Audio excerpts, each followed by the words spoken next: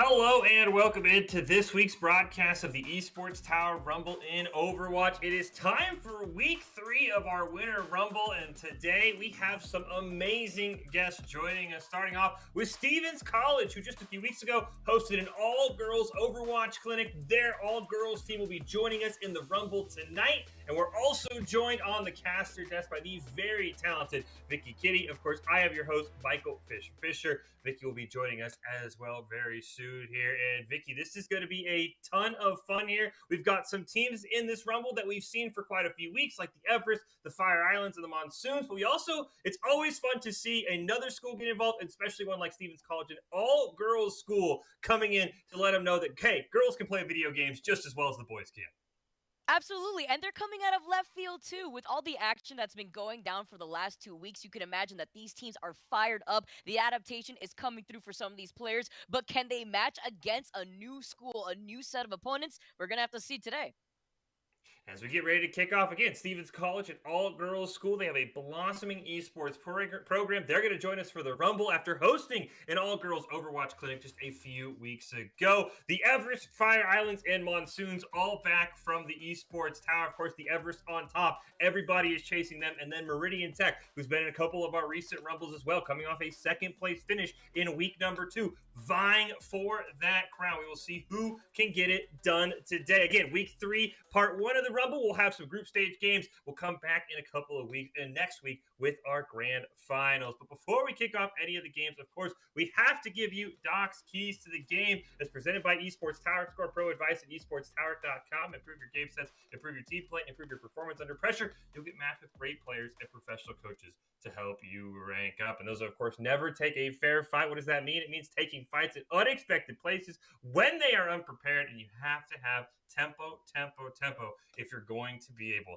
to pull that off. And as we get ready to hop into our first match of week 3, it'll be the Meridian Tech Dragons taking on Stevens College. We will not have to wait long to see how they match up. And it is a very tough draw for them, Vicky. They have to play last week's runner-up, Meridian Tech, who's been improving week by week. They're trying to get to that tough spot. We'll see what they can do here against Stevens College as we kick things off on Oasis for our first game.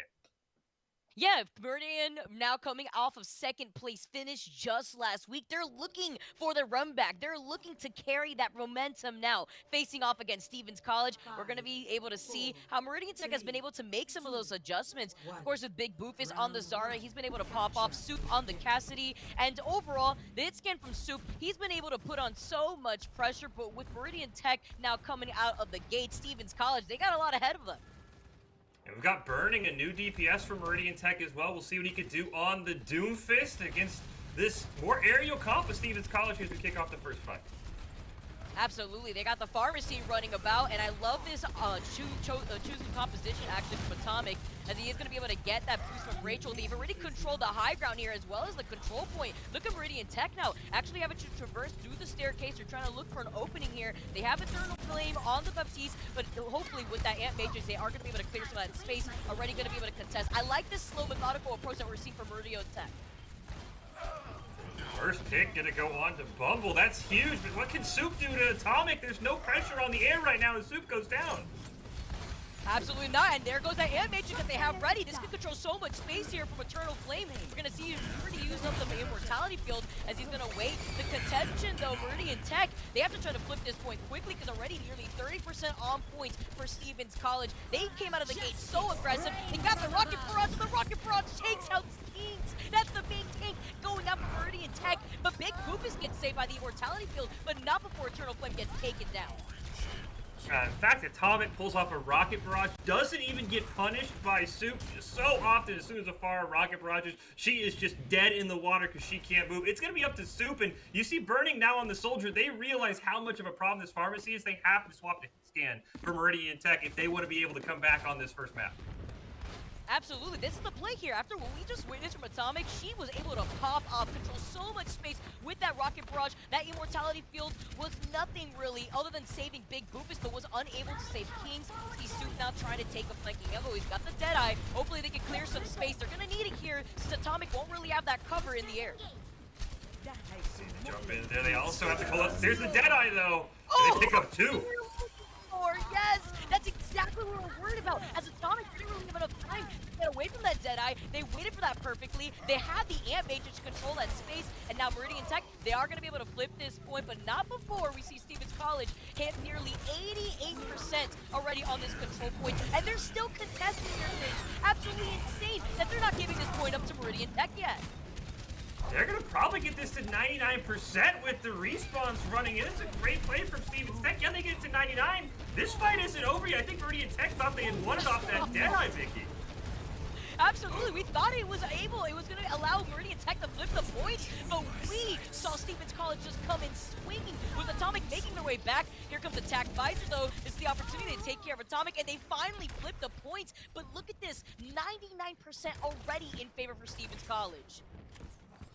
Stevens College is probably going to have, I would assume, 4 ults coming in this next fight as long as they wait for Bumblebee's tack visors. So Meridian Tech going to have to deal with their 2 tank ults. You're probably looking for a grab maybe up on Atomic and then a shatter down low. But this favors Stevens College, and they only have to win 1 fight because of that great stall they pulled off, Vicky, because they're going to start it off. Oh, and the Rocket Barrage too. Atomic does not find anybody. Burning now at Soldier Swap has allowed Meridian Tech to put themselves back in this fight. But just as you were saying, they have so many ults that they have to worry about. Is it too little too late now that Atomic goes down? You see Big Boopus winning the trade versus Bumblebee. Stevens College didn't use all their ults minus that Rocket Barrage, so even though they lost this fight, Meridian Tech do manage to stave them off, and they didn't use too many ults themselves. They still have the Shatter, they still have the grab. Soup still has that Deadeye. That's going to be so crucial for the next approach Atomic is going to make coming out of the spawn. Yeah, the Deadeye's the one I'm worried about. As you said, Atomic has to be tracking Soup at all times. That Deadeye, we thought flipped the fight last time. This could be a huge one for Soup if pulls it off as we near 60% as well. Bumble's looking for a flank on this top side with the tack visor. Gotta be the double whammy here. You got the Deadeye. You also have Burning still on the shoulder. The Tack Visor looking for the opportunity as Bumblebee is just trying to hug the corner, trying to play this safe. Wait out the high noon, as you can see. Stevens College still coming up with 3 ults. Here come the minefields to control some of that space, but Soup still finds Bumblebee, who was hiding by the corner. Burning now has built up that Tack Visor, and with this Lucio ult, he's gonna be able to stay in this fight a lot longer. Stevens College, though, with that res, they have to track Burning, who's now dropped down from the high ground. He gave up that space, and he's so low. Can he get to the health pack in time? The Shatter's going to come out as well. Meridian Tech has burned everything. Stevens College, they popped the nano. They have one last chance here, Vicky. Oh, the Valk now from Ranger to help keep everybody from Stevens College alive. 99% overtime median here as Meridian Technical is still trying to stay in this game, but Atomic has been ruthless so far in this first round. Let's see if they can keep this up as Meridian Technical has now been able to reverse the situation, even things up, but there's nobody left here on the point for Meridian Tech. It's just a matter of time being wasted in the first round. Goes in favor for Stevens College, but not before Meridian Tech actually almost were able to bring that back. Yeah, that was a very back and forth map. I thought, you know, that it looked like Stevens College was just going to 100-0 them. Then we had that crazy Deadeye from Soup that for sure thought was going to flip the point, but it was a great stall by Stevens College to get it to 99% before the point flipped, and they needed every single percent of that as they ended up going 99-99. And a couple of alt misusages there, Vicky, but I think Stevens College was still trying to figure out when they wanted to use all those alts, and they also respected the heck out of Soup because those Deadeyes can turn the fight anytime you have a pharmacy. And you can see the respect that came out of Stevens College when they realized that Meridian Tech, they were going to adjust immediately right out of the gate. You saw that Burning swapped over to the Soldier. You saw that Soup was trying to be more tactical with those Deadeyes. But now you have Stevens College, they still had the lead from the get-go. They had the advantage, but now that Meridian Tech is kind of on their tail, can they keep that up? See, so flank potentially from Big Boofus. Might try and hook somebody up. There it is. Can't quite finish the combo off, though. Oh, unfortunate there, though. But Meridian Tech now just trying to contest. But again, giving this space over to Stevens College, but huge nano right there. The anti hitting 4. You see them getting pulled right into it. I like this combo that we're seeing from Meridian Tech with the Orisa, with the Hog. That's why we see this combination coming out, because the holds into that anti really helped them out with Eternal Flame being on this Ana. And now Stevens College, even though they had that space controlled first, now Meridian Tech have reversed the tables, and they're going to have the advantage going into this round, too. Yeah, a huge nano, as you pointed out. I wanted to say that Soup also landed a 4-man concuss that kind of set up that 4-man ante as well for Meridian Tech. So they didn't swap their comp as much as Stevens College did. Of course, the pharmacy won't work as well on this map, but I thought Soup He's been playing phenomenal so far today, and he's going to have to keep it up because this team from Meridian Tech has been playing around him. When Soup does well, this team wins, Vicky, so there's a lot of pressure on Soup to continue his performance. And you can see the synergy, too, coming in from Soup, Eternal Flame, and Kings. Now with Stevens College getting a little aggressive out of the gate. You have to worry about Thea, who does have a lot of that energy boost, but Soup with another Deadeye. He finds one of the supports. He finds one of the DPS. That's Rachel and Bumblebee going down. Stevens College really only have that Coalescence, but now when Mango goes down, Atomic meeting them through. Meridian Tech have this control. They have this advantage. And what we had seen from Stevens College in round 1, they had the advantage coming out of the gates. They were able to take that control so quickly, but now for this round 2, it's not the same case here for Meridian Tech. Biggest thing for Stevens College is, I don't know if it's Soil Pal or somebody has got to be tracking where Soup is whenever they hear that audio cue for the Deadeye. As you said, he picks up 2, he takes out a support, and they're going to jump right back into it. Once again, Big Boop with the kill. Oh my goodness, and a huge anti onto Soil Pal, the Coalescence, and the grab on top of that. No, you can't go anywhere. The Death Blossom just deleting everybody from Meridian Tech. But was it worth it here, Fish? Stevens College needed to use so much just to claim that point. They used the Coalescence, they used the Death Blossom, and they used the grab. Now Meridian Tech could build up their ults and reclaim this point just as quickly. Soil needs a big shatter here, but he gets caught out! Right behind the shield and the pin. There goes 2 now. Meridian Tech getting sent right back to the spawn. Just a matter of time before Stevens College manages to move all the way up. We talk about some of those adjustments, but Meridian Tech are now forcibly having to adjust around Stevens College playstyle. I think the good news here for Meridian Tech is that fight, it was an easy win. They had to pick on the Soil Pal on the wrong side of a wall, but unfortunately, Soil Pal has the shatter. No shatter, I like Meridian Tech's chances here. And even with that shatter, look at where he is with his ult. Nearly at 60%. Here comes the Blizzard, though. He needs to hold back a little bit. Now you can see Stevens College, they are able to control some of that space. Meridian Technical couldn't push in because of that Blizzard from Bumblebee, but they take care of Bumblebee just as quickly after he was able to use that Blizzard. Soil now getting pulled in. You see the Nano Boost, but the Death Blossom again to control more of that space. But Meridian Tech have been able to stay alive thanks to that Nano Boost from Eternal Flame onto Big Boopus. That was the quick reset that they needed. And now Meridian Tech can claim this point, even though Stevens College have been able to reverse the situation in their favor. If they got a bit too aggressive, they're going to have to try and run away, because now they're just stalling out timers, Vicky. At this point, that's what they need to do. They wanted to stay on that point until overtime, like right now, 99% with Meridian Tech, though, even though they had the control point first.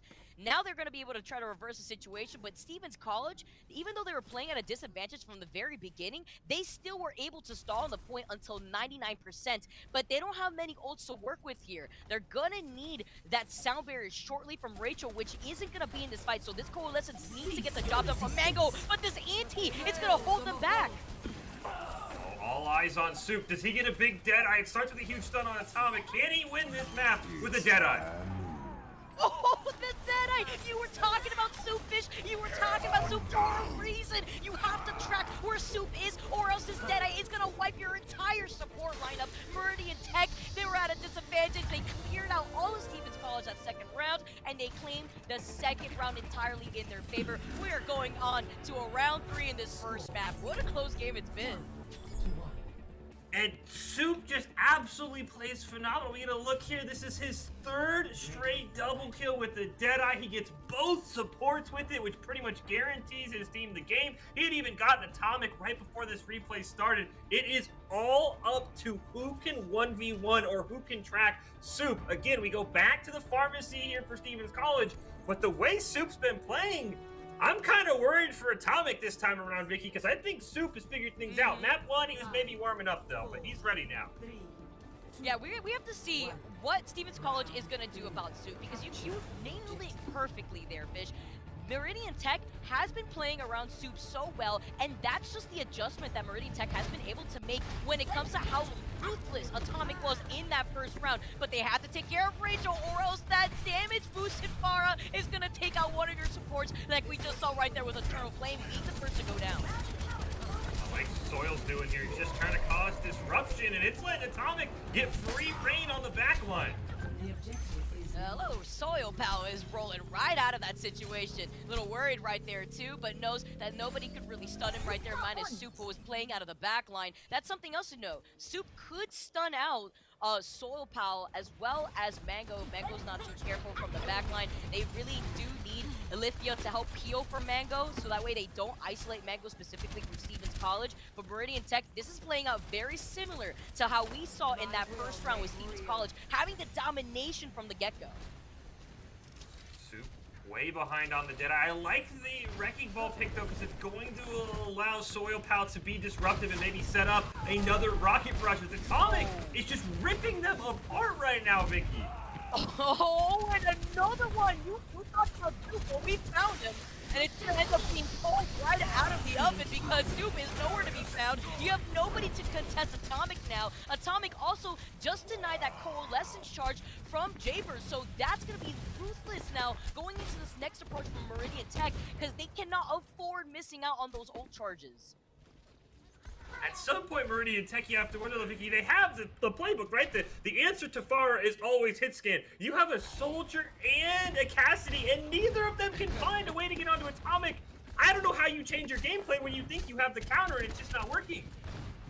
Exactly, they have the counter right here available to them to take care of Atomic. Now, in this third round, it's so difficult on Oasis to try to contest Atomic playing off of this middle pillar alone, and then you also have to worry about Rachel. You have to make sure you take care of Rachel before ripping it into Atomic, but with this Rocket Barrage, you have to look into the flank of Meridian Tech. You see the anti, this is a perfect opportunity for Atomic to find that Rocket Barrage. Now coming in though, Burning has a Tac Visor, he goes up on the grab lift, he finds Atomic, but it's not too late before Atomic finds two members of Meridian Tech first. So that Tac Visor gets denied almost immediately, even though Atomic goes down. Meridian sent their entire team through the jump pad just to kill Atomic. They literally tried to six-man Atomic, and they lost the map off of that. That was crazy. That was insane. What was even crazier was the adjustments we just saw from Stevens College in that third point. They did not give an inch of an opportunity to Meridian Tech to get to that point first, and I feel like that's the strength that lies within Stevens College. They get so aggressive out of the gate there on control that they deny all that possible space and ult charge from Meridian Tech, which we saw already before with Atomic isolating the Mora, denying the Coalescence. That would have helped approach the points, but without that Coalescence and the Rocket Barrage being on board first, what can you do in that situation when you deny both of the hit scans that are supposed to counter you? Yeah, I mean, it literally, like, I'm just sitting there like, okay, when a Farah dominates you, you just say, Soldier, Cassidy, we win. No, that wasn't the case. I mean, like I said, they six-manned Farah. I have never seen that before, ever. So I'm curious if they have a counter. We are going to go to Watch Point Gibraltar for our next map. It is a best of three, so Stevens College could potentially win their first game in their debut. And Watch Point is a map, Vicky, where there's definitely some areas where Farah can succeed. So it's on Meridian College to figure out how do you counter something that clearly wasn't just dying to Cassidy Soldier like 99% of Farahs do. Absolutely. You know, I'm really glad you bring that up because you have Watchpoint that provides a lot of that verticality. So maybe are we going to see a swap to Hanzo perhaps? Maybe Hanzo is that necessary tool here to try to contest the powerhouse that Atomic has been on this Farah. But honestly, seeing the adjustment that we saw from Meridian Tech, you have to imagine that they're going to try to bring that going into map number 2. But since it is best of 3, Stevens College only needs to take this one more map to be moving on. My big worry was going to be that Stevens College would say, well, it's Watch Point. We have a different comp. But no, I love the fact that Atomic is back on that farm. We'll see how well her and Rachel could do on that, especially on point 1. The big news is we've got a bit of a swap for Meridian technical. Vicky Soup's now onto the tank lineup, and we've got Yacker in on the Soldier. So they're going to try the Soldier Cassidy again, but they're going to swap up who's playing it. Maybe Yacker can have better luck than Burning did. Yeah, we have to see, because now with Soup being on this Orisa, they can go in for the hold, they can go in for the stun, they can try to chain this, but Bumblebee is on the Bastion. You have the Immortality field. Stevens College is playing this ruthlessly. They are just going to be able to pirate bunker onto this payload. They already found Atomic, so now Meridian Tech, they know that that threat that was moving above them in that first map is gone, and look how they're popping off. They take care of Bumblebee without that force to distract and destroy the police from Meridian Tech. They know that they can fully halt this payload. Someone clearly didn't tell Soup that he was on a tank. He picks up 3 there on that wrist. And I like the attempt from Stevens College. It was the pirate bunker, but we're also going to have Atomic on the far, so you kind of have to look low and look high. But as soon as the payload went underneath and there was no more support from Bumblebees, they just turned all of their eyes to Atomic. Now the question is going to be, how do they get back to the payload with this comp, Vicky? Because it's kind of meant to just ride the payload the whole time. Exactly, and with the Bastion, that's exactly what they're going to need. They need that space for Meridian Tech. Having the advantage aren't going to be giving that to them. Although Stevens College, they are playing up the high ground. They have the Ana, and that's what I'm saying. Bumblebee will not be able to step a foot on this payload, especially with the comp that we are seeing from Meridian Tech. You see the Deadeye coming in, it's isolated Atomic, and the res has already been used up on Bumblebee, who's already falling so low. Stevens College need to disengage here. They need to recuperate because these antis coming in from Eternal Flame is not letting them reset. And I almost feel like Stevens College just needs to, take off the Bastion for now, go to something else, because they basically are telegraphing we're going to go to the high ground, we're going to try and set our shields up in front of Bumblebees, and then, as you said, Eternal Flame's just hitting an anti after anti. I think this Bastion was a great trick to get the payload as far as it got, but I think they have to change off now, Vicky, because they're not getting anywhere now that they no longer have control of the Pirates. Absolutely, and you already see here, Meridian Tech, they have that whole advantage, but with Yacker going down, that Tag Visor won't be able to be a threat to Atomic, but that Sleep Dart from Eternal Flame will. Even though they denied their Rocket Barrage, it wasn't enough to take care of Atomic completely. Now Stevens College, they have the bunker set up on the payload. They are going to be able to take this first point, and look how far back that they're sending Meridian Tech back as they're staggering them with Big Boop is going down last. My one concern here is there's not as much verticality from this point for Atomic to kind of rain from above, so it's going to be tough for Atomic to get a lot of value on this fire. Maybe after a death she swaps off. There's also 3 ults up here for Meridian Tech, and they're nearing in on 4 and 5. I think they can win this if Yacker gets a good tack fight. Oh, but the moment that Rachel split some of that attention and was not healing Atomic to get that res, Atomic goes down, so that threat from the side won't be there. Oh, then Bumblebee getting pulled into Big Boofus. Big Boofus has claimed the head of both the TCS from Stevens College, and Meridian Tech have now control the space around the corner. I like the use of the mines as it prevents Bernie from going right back to the rest of Meridian Tech, splitting up some of the team, but is that one pick going to be enough here? Now the Supercharger has been called in from Soup. For the Rocket Barrage, there it is for Atomic. The Rocket Barrage finding the 3K though, finding Soup in the process, giving them support to leave Jaybird low too. Meridian Tech needs to reset. They need to give this space to Stevens College because at the moment, as a 2-man army, Bernie cannot do it here with Big Boofus. The rest of Meridian Tech have now rejoined in this next choke point, but look how far up Stevens College is pushing. At some point, Atomic and Yacker, they've been sitting on their ults. They sat on them for all of point 2. You have 2 basically easy kill abilities on Atomic. I'd love to see them go one fight after another. And here we go with the Tac Visor. And there you go with the Immortality Field too to help maintain Lithia, keep them grounded. The Tac Visor though has found Atomic, as we were seeing here before in that first map. You could see currently Rachel just hiding around the corner, but with Stevens College just tripled into that room, that big anti is going to deny them. It's just a matter of time before Stevens College resets. And Meridian Tech at the moment need to try to keep up this momentum because they gave those first 2 points to Stevens College relatively fast. As you can see the timer on the clock as 3:35 already for Stevens College. You get the swap for Bumblebees now on the soldier themselves, but I love the fact that Meridian Tech, they used the Tac Visor. They didn't need to use anything else. They forced Stevens College to line of sight. Now they have the Deadeye for this next fight to try and find this farmer's field. But another minefield here from Soil Pal, getting those so quickly and finding Burning again. Although you saw that he got put down with that Sleep Dart by Eternal Flame. Eternal Flame gets denied, even though they just get res here by Jaybers. Atomic has just been another level, being able to get into a flanking position to keep this pressure up into the backline of Meridian Tech. Couple of ults burn there for Big Boofus. I don't think the Valkyrie's going to be enough to keep you alive in a 2-on-6 here, Vicky. Stevens College might just run this down if the respawns don't come through. And look how much time they have, 2 minutes, 45 seconds, and they're still denying Meridian Tech from rolling in. Even the desperate swap from Burning onto the Doomfist. Can he get there on time now that Yacker's gone down too?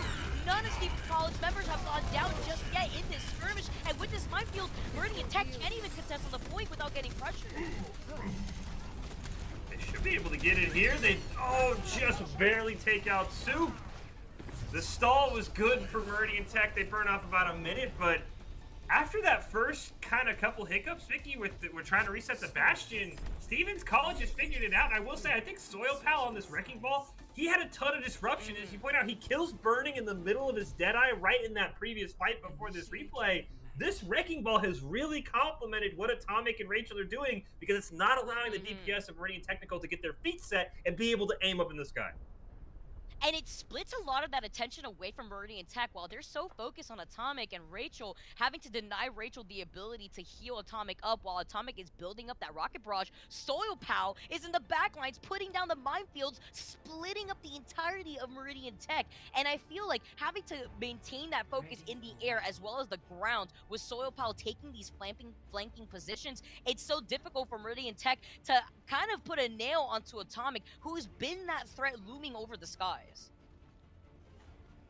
This is my one thought for Stevens College is Atomic's been great, and I'm not a huge fan to see them now swap off the far. I would have loved to see them kind of just run it until Meridian Tech has an answer. And if Meridian Tech wins a couple fights, I'm going to be curious if they are happy with swapping off of that far. Maybe they have a defense strategy, but it's one of those where it's been so powerful. I don't know why you would ever give it up if you're Stevens College. I'm wondering if they just want to try out something new here, especially since they have the Bastion still coming in from Bubble. They want to stick with this composition, it seems, and they are running the double shield. So Atomic could use that teleporter from Symmetra to try to reposition the rest of Stevens College if they feel like Meridian Tech is pushing too far. We're going to have to see as they try to dominate both the low ground and the high ground on the other side, but they're actually taking an unorthodox approach, actually kind of maintaining control over both sides of the car wash here. Look at the amount of damage output you're putting on to pressure out Meridian Tech when it comes to pushing that payload down the car wash. Oh, Soup's going to look for a flank. I don't know if Stevens College is going to be expecting the Winston, but unfortunately, the rest of his team had all run away. That was a great attempt from Soup, but it looks like Meridian Tech wanted to reset because they would have swapped their comp to a bit more spam. Soup saw those Symmetra turrets set up and said, you know what, that's fine. I'm going to wait for the rest of my team before trying to go in for a flanking position. Now, as he has rejoined the rest of Meridian Tech, you can see how they try to approach this. You can see the teleporter set up too on the other side behind Soil Pal. So they're just dominating so much space in general in this car wash. I love this approach that I'm seeing from Stevens College. And look at the amount of poke pressure that Soil Pal is putting on with this double shield comp that we are currently seeing from Stevens College. Here comes the grab lift. It's going to see as Meridian Technical get lifted up in the air. That's going to be a lot of damage that they don't have any mortality field to negate that. They have a coalescence coming up, which is going to be crucial here from Gerbers. Force the Valkyrie out from Eternal Flame just to keep everybody healthy, but they do get the first pick on Rachel. This is the go moment, I think, here, Vicky, for Meridian Tech. Yeah, they don't have that nano boost now, and that's going to be great for Meridian Tech as they have the coalescence to deny that. They have the Junkrat for so much pressure, and I like this swap and the adaptation that we're seeing from Meridian Tech because this Junkrat is going to do so much more damage in enclosed space, which is exactly where Stevens College is stationed. The flanking though, the Riptire? Oh, the Riptire now actually helped out Big Foofus in that situation, taking out Lithia. Stevens College, they had a great plan, but Meridian Tech has just dissected that as they're on the way to that first point. And Meridian Tech, I mean, they never really tried to just team fight Stevens College down there. They just basically pushed them back far enough that they just snuck the payload right past the car wash. I've never seen that. They didn't really ever win that fight. They just walked right past Stevens College because Stevens College had to retreat to try and heal up all that damage. Yeah, exactly, and you know, that was all from the Junkrat swap that we saw Meridian Tech make so quick off of just losing that first fight alone, and that quick adaptation is something that we have to know from Meridian Tech as they did in first map, but the Shatter's gonna get denied, and the Photon Barrier to help Stevens College approach there. So with using that Shatter, they know that Meridian Tech doesn't have that isolating tool from Soup. The grab lift is gonna be enough to nail the coffin in for Soup's life, and now with 3 members down from Meridian Tech, Stevens College have the number advantage, they still have that supercharger, and they have not use that nano boost, so they're saving some of these ults going into that next point. Yeah, nano boost and tank form, I assume, is the combo that Stevens College is looking to set up here. Burning, trying to figure out. He had the great Junkrat pick, ended up trying to Tracer. That one didn't work. There's the Hanzo that you and I had talked about before this match started. And we get a teleporter down. The Atomic's teleporters have been very sneaky, Vicky, and it allows the team to have that added mobility. We'll see if they can win this fight, though, going into a couple of ultimates with just the tank form for Bumblebee to carry the damage. Yeah, what I like is that it's allowing the rest of Stevens College to take the high ground, and now Atomic is trying to build up that damage with that Symmetra beam, trying to isolate Rachel at the same, or rather Eternal Flame at the same time as now Meridian Tech have that valve. They have those Roadhog ult. They're sending everybody in back, but he gets stunned by the accretion. The rock actually stopped him in his boots, but Meridian Tech have the number advantage. They claim Bumblebee, and that's the downside when you do want to commit to running this composition. Now they're staggered too. The hook is going to send Stevens College back, but this is great news for Meridian Tech because look at that time bank. You're at 4 minutes and they're already controlling the next phase. Oh no, not Mango going down. He has the Amp Matrix, he's got the Immortality Field, but this is so much time wasted away from Stevens College to get this defense set up. I like the swap here for Atomic. Go back to the Pharah as your last ditch effort. As you said, there's a ton of time. This payload hasn't even been contested yet. It's almost around the final corner here. They gotta start with an Amp Matrix though. The Amp Matrix is going to be respected as it should here with Meridian Tech still trying to control that corner, not trying to be too overly aggressive. This grab lift is going to send big Boopies up into the heavens, but the damage output is way too much to survive through as Bumblebee now has free reign over this corner to control this next phase. Good news here for Stevens College is unless they try and take that sliver of high ground right kind of above the payload up to the right, their biggest issue is they just see the payload sneak right under them. Happened on point 1, point 2, it just kind of got snuck under the high ground. That's been Stevens College's, I think, kind of issue is they've lost control of the payload. Let's see if Bumblebee can hold it here standing on top of the tank. He does have that hold too. But the thing is, Burning is on this Hanzo. We were talking about this Hanzo before, but look how much damage is being put out between Bumblebee finding Jabers and Yacker. That's going to be 2 members down from Meridian. Make it 3 with Big Boop is being the initial one to go down here. They're being sent all the way to their spawn right now, Fish. And that time bank that they had has now dwindled away before their eyes, with Stevens College still having the advantage at 2 minutes and 20 seconds. College has that supercharger, though Soup, if he can land a big shatter here, he was instrumental on control. Can he do something here for his team? With the shatter available, they have the tack visor to combo it with. There's nothing up for Stevens College except the supercharger that gets thrown down. Yes, the shatter, and now the coalescence can't keep Soup alive. Knock, knock, here comes Soup, though, being right in the middle of the action. The anti, the immediate retaliation from Rachel, who has also made their same set of swaps themselves as Rachel is about to get that nano boost. Atomic does get taken out right before that rocket barrage is coming in online, but the way that Stevens College is playing around this payload and this corner is so well. Both Elithia having such great synergy with Soil Pow has allowed them both to really run amok with this double shield composition. And look at this ult bank that we're seeing from Stevens College. They're about to have the rocket barrage. They have the Transcendence to help negate the damage that Meridian Tech desperately needs with only 1 minute and 30 seconds on the clock. And this gravity lift that's going to be putting on so much damage. Meridian Tech doesn't have any ult besides the whole hog as Eternal Flame already down. I think you got to disengage here, Vicky, because you're running out of time if you're Meridian Tech. Exactly, and nobody stopped Mango too. No one's been able to go onto Stevens College flank because they've been so fixated on taking care of Atomic. They have Burning for that close quarter damage, but is it going to be enough now that Yacker is still on that hit scan to try to pick off Atomic, but they haven't really been able to find another opportunity to split that attention away from Stevens College in the backline. Now it's Meridian Tech's going to have to make sure they cap this with some time on the clock. They only have the whole hog, and as Stevens College is staggered all so well, they can pick between Tank Form and Rocket Barrage to start this fight. Goodness, that halt was absolutely huge. It wasted the Immortality Field, which gave them the green light to use the Rocket Barrage. It's found Yacker again, the one counter pick to Atomic. Now, with this coalescence, Japers gets hit with an anti. He can't heal himself. The rest of Meridian Tech won't be able to use that coalescence now that Japers goes down. Stevens College, they look at the time bank. They know there's less than 30 seconds left for Meridian Tech to get anything done. And they're limited on their ults right now. They really only have Big Boopus ult with that whole hog, as well as that Riptire from Burning. There's the Riptire.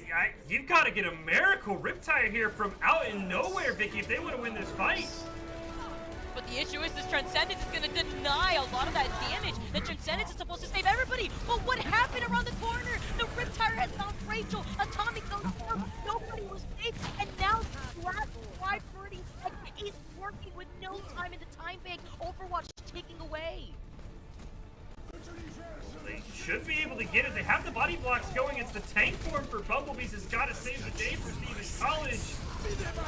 I'm getting a hit of deja vu right now with Meridian Tech now being able able to send Stevens College back to the spawn, winning this fight. Meridian Tech had not lost a member since winning that momentum train around the corner, the immortality field. This is exactly what they need, and they only had 2 ults to do it, Fish, but they did it. With no time in the time bank, they are going to be able to secure themselves 60 seconds extra, but is that going to be enough to contest Stevens College that have a minute and 20 seconds more of a time bank than Meridian Tech? We're going to have to see that. I mean, I have to say no. I mean, especially if Stevens College just comes out with the Pharah again, it doesn't look like Meridian Tech has a great consistent answer for it. I will be concerned about how Stevens College defends on this map. They kind of lost sight of the payload a couple times from point 1 to point 2, and in overtime, Meridian Tech's did a great job of sticking on it. So Stevens College defense worries me with how well they attack, how well Atomic has been playing this Pharah. I gotta say that extra time, plus just how they've been playing, I feel like Stevens College should be able to take this. Honestly, the way that Stevens College has been playing, usually this is the team that has the advantage from the very beginning. I feel like Meridian Tech is very quick to adjust, make those quick hero swaps.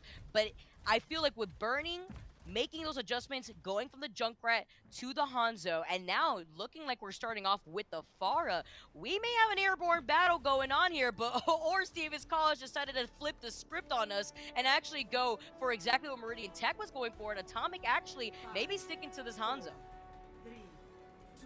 Oh no, especially not in overtime. I think you just gotta rip the Pharah until you can't get it to work anymore, but we'll see. Atomic has been so good this series, so if there's somebody who maybe counter Yacker in the air, it would be Atomic.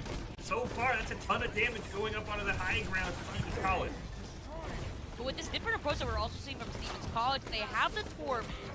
The turret was already getting denied, but this damage output that we're currently seeing from Yacker, I like this Echo swap. It's going to change things up a little bit here that Stevens College needs to make that adjustment, because that was Atomic's job here to deny a lot of that burst damage that Yacker's is going to put down from the heavens. Oh, Yacker hasn't even been touched yet. I don't think the health bar has dropped below 200 at all. Finally gets hit, but they're just kind of running it down Stevens College's throat right now. And now isolating Atomic there too. That was the biggest threat to Yacker's, and with Atomic down, you don't really have anything to do with Yacker's. Minus Mango, but Mango wanted to try to fill up Olympia. With Olympia going down, that's the main tank, not creating the space for Stevens College. Overtime ticking away, but it's all good here for Meridian Tech as they claim this first control point. But now they have to stay on the payload. They cannot get off this payload whatsoever. And quickly, with Meridian Tech, they have Soup with this grab lift, so they're going to try to keep Stevens College at bay. But so does Soil Pal, and it just really takes that one grab lift to ruin all the plans for Meridian Tech. I want to see Stevens College take the fight on the payload. They just gave Meridian Technical so much space. I mean, they really never lost a fight. They just kept backing up, and now that the clock's on 0, you only have to win in one fight. Maybe you force a C9 from Meridian Technical. I think you just fight on the payload, but they're just giving them all the space in the world right now. Yeah, they wanted to regroup here just before making this approach. They don't want to stagger out, and with Atomic making the swap over to the Pharah, it's lethal for Atomic to stay alive, but with that pick, Bergen's gonna get Riptire. Can he get something big? Yes, he does! He finds 2 with the Riptire. We have Meridian Tech now in the advantage, in the driver's seat, taking the second point. They need to be stopped, or else Stevens College, all their efforts get sent down the drain. I did not have this in my thoughts at all, that Meridian Technical with a minute on the clock after having to get the time extension is looking to maybe 3-cap here in overtime. I mean, they have not been stopped. They are going to come up on a couple of balls as well. Stevens College is a big pick here. Oh, and the hook into pulling them right out of the safety of the shield. Mango with the Transcendence, but Olympia was the first to go down in that entire transaction. Eternal Flame is going to get traded. Hermetic Flux now coming in from Soup. Meridian Techno, they're losing heads and they're losing them fast. So much damage output here, but they're finding the strike with Bumblebee going down. They don't really have to worry about the Torb or the multi-Torb. Won't be able to control that space. It's really up to Olympia as the first one to go down is now move all the way up. Look at the supercharger and all the damage that is dealing though. Meridian Tech, they had something going for them, but Stevens College has now finally been able to hold them back, but they still were able to take 2 points right before being held. Trying to hold on as long as they can. I think they're finally going to force them off the point. And the fact they get 2 points, I mean, This is no longer a walk in the park for Stevens College if this is indeed the last fight, with the grab probably ending it. I don't know how Stevens College, if they're going to be able to make it this far. 2 points and almost halfway to the last one's pretty impressive.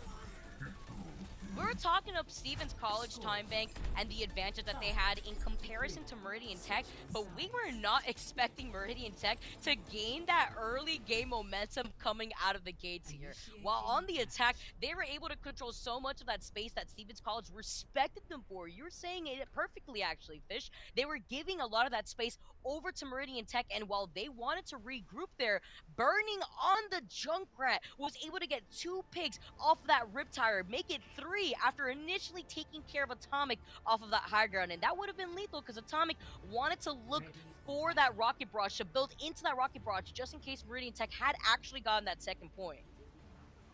I like this pick for Burning here as well on the Bastion. I mean, we talked about, the playbook for countering the Pharah 99% of the time is the Soldier and the Cassie, but there's always the Bastion that can just rip apart a Pharmacy from the sky.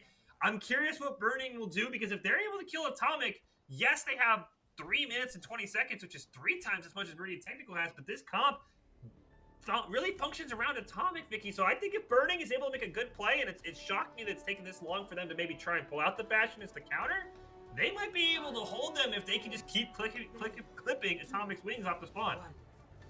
Yeah, and I like how you pointed out, because Burning, they saw that Stevens College were the ones to try out the Bastion composition first, but right now we also noticed that the Ana was detrimental to this, and he melted Atomic out of the gates. I think this is going to let Stevens College know that they're going to have to make some swaps here to contest Burning on this Bastion pick. They used up the res here from Mango to get Atomic back up, but with some of these swaps here, you have to imagine that Rachel is going to narrow down that focus onto Burning, put him to sleep, prevent a lot of that damage output to give the space over to Atomic to close in that gap. I like the angle Burning had. Now they all jump off the high ground. Stevens College tried to sneak underneath, and here's Burning uncontested. And Burning jumping off of the high ground on the other side too, to have much more of the enemy in their line of sight. Good push from Burning, but look at these flanking positions that we're seeing from Stevens College. They know where Burning is. They're trying to isolate him, while the rest of Meridian Tech is so fixated on controlling the front line. Atomic has got to get a pick, but Burning, the positioning is so strong right now. Just has these tiny little windows that he's able to peek through. I don't know what Stevens College could do, especially with Bumblebee not on something like a Tracer. He's got to get right up in his face on a Soldier. That's going to make it even harder. It's difficult with Meridian Tech now actually disengaging. I like this call from them because they knew that the high ground was going to go in favor to Stevens College, especially with this bunker comp that Meridian Tech wants to go for. But they have to do something about Atomic, who's pushing all the way into their face, into this first point. Now with this, Baptistal Eternal Flame is trying to control that space and in favor of Meridian Tech, and it works. Look at Burning getting the 3K, getting it a 4K. They've already cleaned up Stevens College with that grapple, pulling him all the way towards Big Boofus. Stevens College are been sent back to the spawn, and look at the amount of ults that Meridian Tech were able to build up without having to use it for that last fight. Yeah, the Tac Visor just gives Burning a little bit of an extra backup in case they find a way to kill him, but his positioning was so supreme. He backs up. Atomic and Bumblebee start looking for other pick targets. He's getting pocketed as well, and Atomic going down. That's your whole comp. Exactly, and the rocket barrage is going to be online for Atomic, and with another res used up for Atomic, that's going to deny another member of Stevens College from being rezzed up by Mango. So that Valk is going to have to help keep the rest of Stevens College together, or we're going to be moving on to a map number 3 if Stevens College can't get that same momentum that we saw from Meridian Tech. Here comes the rocket barrage. Look at Big Boofus with the whole hog, denying it completely. Great trade here as the Bastion goes down, but with Japers being alive, they get Bastion right back up. They get Burning into this fight, and Stevens College used everything that they had there, minus Attack Visor and the Nano Boots, but they used that Rocket Barrage, and Atomic now making the quick swap over to the Sombra. And I know I was on the Atomic Pharah train, but clearly Meridian Technical has figured out the counter, and it has been burning on the Bastion, so I like the swap. Of course, they need the mobility from the Sombra with 18 seconds left. Maybe gets a big hack on the Bastion here. That's the deniability here from Burning. They know that Burning has been that one threat here for Meridian Tech in this competition. Atomic on this Sombra gets the hack, completely denies Burning. Can he finish off this big now with the full attack visors going off? Stevens College, they win the trade They find Burning first. Yakkers goes down right alongside him as Soil Pow with those mines has been able to deny so much space away from Meridian Tech. Overtime now taking away all that advantage that Stevens College built up for themselves. It's gone down the drain, but they need to hold back Meridian Tech here. Rufus with another kill. Mango rezzing Rachel. That's going to be less DPS. Now get a whole hog. This could end it here. Oh, you see Stevens College now on their flank. Big Rufus with another great whole hog, but he's been kept alive for so long by Javers. The deniability with the anti, but he still finds Rachel right after getting anti. That hook has been so lethal. Big Rufus is on another terror run. Can we find Big Rufus here, or is he going to single-handedly take out the rest of Stevens College? He can't survive any longer after Javers was forced to hold back, gets taken out in the middle of that fight. They held on for so long, but look at this overtime now ticking down for Stevens College after they had the time advantage originally. And I don't expect, ooh, that's a bad pick there for Meridian Tech. I don't expect Meridian Technical to give up all the space that Stevens College did, but potentially they will. They are going to be hamstring as well, as it's the baby diva that's out right now, so they're going to have to let that mech suit build back up. But Big Boofus, my gosh, you called it, Biggie. He held that point for probably like 30 seconds by himself, and he is not missing hooks on key targets. It's up to Mango and Rachel to stay out of line of sight of that Roadhog. It was like watching a bunch of domino pieces just fall one after the other. Whenever Big Boofus is in town, you have to look for your back. Bumblebee gets hooked, gets taken out. You saw that damage output too that Javers was helping Big Boofus with, and now Big Boofus is about to get another whole hog to hold back the rest of Stevens College. That means that that's going to deny them the ability to stay on this cart, and with overtime taken away, that's going to be lethal here. Burning is on the, no one has looked at Burning on this Tracer yet. This flank has been huge. Stevens College, they have the time advantage, but they don't have the number advantage now. Overtime gone, and Meridian Tech stay in this series, taking map number 2 to even everything out. Oh man, Stevens College, they are really, really strong, Vicky, on their one comp. The pharmacy comp, they are so strong on. The problem is, when they're forced off that pharmacy, either due to a good bastion or just due to the lack of verticality, they don't have an answer for mainly Burning, who I thought was very impressive, and Big Boofus. I'm concerned as we go into map 3, which I just got word is Volskaya, that if Farah gets denied, this comp's going to fall apart for Stevens College. This is going to be interesting. I'm curious to see what hit scan we're also going to see from Stevens College going into Volskaya, because the adjustments that we've been seeing from Meridian Tech with Burning, first starting things off with the McCree, with then going over to the Junkrat, and then now making the swap over to the Bastion. Overall, Meridian Tech, their entire play has been to adjust themselves around Stevens College, but doing so quickly, playing at a disadvantage in that second point for Watch Point, and then being able to turn the tides, maintaining that defense was so crazy to watch from Meridian Tech, because they're showing off to Stevens College that they could definitely deny that one trump card that Stevens College has had with Atomic being on that Farah. And I think the other thing is, we talked about on map 1 that ended up going Stevens College's way. It's a lot of Soup and everyone else. It was Soup saving them with the Deadeye. Soup ends up getting moved over to the tank role for that map. I was a little hesitant. Yakker played okay, but Big Boofus just showed up. I mean, hook after hook after hook, and it's going to put so much pressure because as a support, you already have so many things going on. Health bars, everything else. Now all of a sudden, you're trying to find out, where's the Roadhog? Because he can kill you from anywhere as long as he's in range.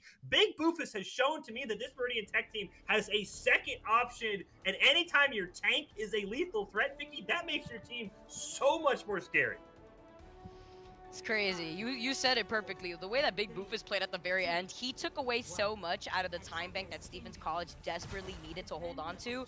But it is what it is as we go on to a map number 3 here. Stevens College, they had the advantage from the get-go. They had the advantage in map number 2, but Escort just fell right through their hands as we move on to Volskaya. Salt map type here as Meridian Tech could try to get onto the high ground, control some of that space already from the get-go. But look at this composition that we're seeing from Stevens College already. They're still running the Bastion. They have the Symmetra. They're going to be able to teleport right behind Meridian Tech.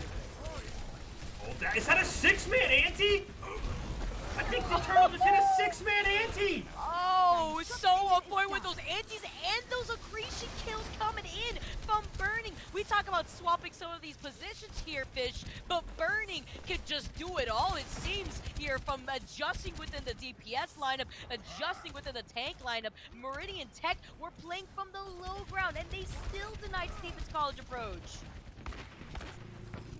I will never know how Eternal from the low ground just hit a 6-man ante on a full high grounded team and basically won that fight. And Burning picked up the kills. And I mean, now you're looking at Meridian Tech and it's Soup, it's Burning, it's Eternal Frame. You're running out of options that you can pick on if you're Stevens College. And look at this ult pick that we're seeing from Meridian Tech off of that fight alone. Another appreciation pick onto Bumblebee. Bumblebee is not having a time of their life. The Immortality Field's been used up, but Stevens College is literally trickling onto this point, and this allows Meridian Tech to hold on to all of these ults. Once Stevens College makes those adjustments, once they try to contest with their old ults, they're gonna have to be facing a wall of a 5-man ult team that is coming in from Meridian Tech. I like the call here from Atomic. Go back to the Pharah. It's worked so far. Try it one more time. But as you said, you have 5 ults coming up. Soup can easily build this Deadeye on Cassidy in 2 or 3 shots, depending on how much damage you can do. Meridian Tech's going to have their buffet choice of ultimates they want to throw out to try and win a couple of fights. We're going to have to see if any of Stevens College wants to fight from that buffet. The Shatter going in to deny the Animatrix and the Nano Boost to keep Big Boofus alive. If he was scary already on the Hog, look at him swinging the hammer on the Reinhardt. He denies Atomic. He denies Stevens College. They used up that Animatrix, so now they don't have the Animatrix to match with Meridian Tech, and that's what we were talking about before that fight, because look how they cycle through with ultimates. They only use the Nano Boost, and they only use the Shatter and the Valve, so they still have 3 ults ready for this next approach from Stevens College. And Big Boof is already at 50% on the Shatter. I mean, there's not anything really stopping him from maybe having a Shatter in the middle of this next fight as well. Atomic's got to be the hero here. The Rocket Barrage at 75%. Maybe you get a big flank if you don't get taken out by the Deadeye or the Back Visor, but that's how Stevens College wins this. I like the approach from Soil Pal, though, trying to approach the high ground there. You saw the pile driver, but no one looked at Soup on the high ground with the Deadeye. That's going to deny your main pump that you use as an anchor between Atomic and Rachel going down. You don't have one of your support players. Atomic won't have Rocket Barrage. It's going to have to be a full reset here from Stevens College if Soil Pal can get away. Hello. And again, Meridian Tech, they handle their ult so well. They win that fight with just the Deadeye. Now they still have Burning and Yakker's ult. They're probably going to have another Nano Shatter combo for this last fight as well in Stevens College. Soil Pal's been playing great. You're going to need an insane minefield, hopefully getting a pick onto Yakker if they want to even have progress on point A here. I'm in danger. I'm just looking here. Stevens College with that Rocket Barrage is going to be lethal here, but the minefield's coming in from Soil Pal. The Rocket Barrage coming in from the front. That's going to be an explosive sandwich that Stevens College is laying out for Meridian Tech. But look at the amount of time that has been wasted away from Stevens College. They finally claimed this point. They finally threw Meridian Tech off, but they need to get everybody off entirely, or else his overtime is going to tick away. They get the first tick. They're going to get the second tick, but all this time been gone away. Stevens College still have an entirely other point to get through. And they're once again going to go into 5 ultimates for Meridian Tech as they do get the 3-minute extension, but Meridian Tech is the team usually Assault. You can snowball from A to B with a ton of ults. Meridian Tech, who's been so patient, can easily win the next 2 or 3 fights, Vicky, if they stagger these ults well. We have to see, with the way that Meridian Tech is cycling through their ults, they're doing such an amazing job. They're about to have the Valve too, so a 6-man team ready with their ults. See the Shatter online for Big Boofus. He's waiting for the opportunity for Stevens College, but I like this approach from Stevens College. Coming in from the high ground, though, Soup is still going to deny Atomic. You were talking about this, but a huge team of bomb coming in for Lithia. What a saving grace from the heavens for Stevens College. This is going to deny everything from Meridian Tech. Look at those ults that they're still holding on to. They recognize the situation. They know that the spawn point is right behind them. They still have another shot. There's the minefield. It's great denial. The last 2 ults for Meridian Tech. Here's the Tac Visor plus the Nano.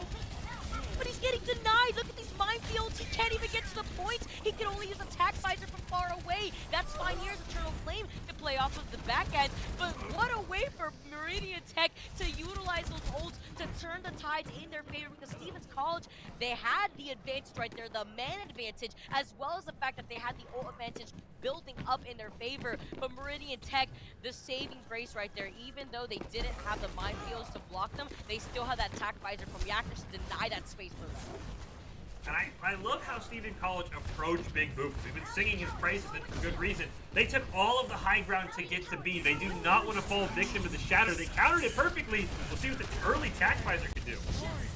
And with this approach, they know that the Shatter's ready. They know that they have to look out for it, but the 3K from Atomic, the Rocket Barrage finding 3 heads from Meridian Tech. They can't even use the Shatter because Big Boopus is off of the field. Soup is gonna beat them Suda into spawn, but Meridian Tech, again, their spawn point is right behind Stevens College. They have to wipe out this point quickly, or they're gonna be contesting again.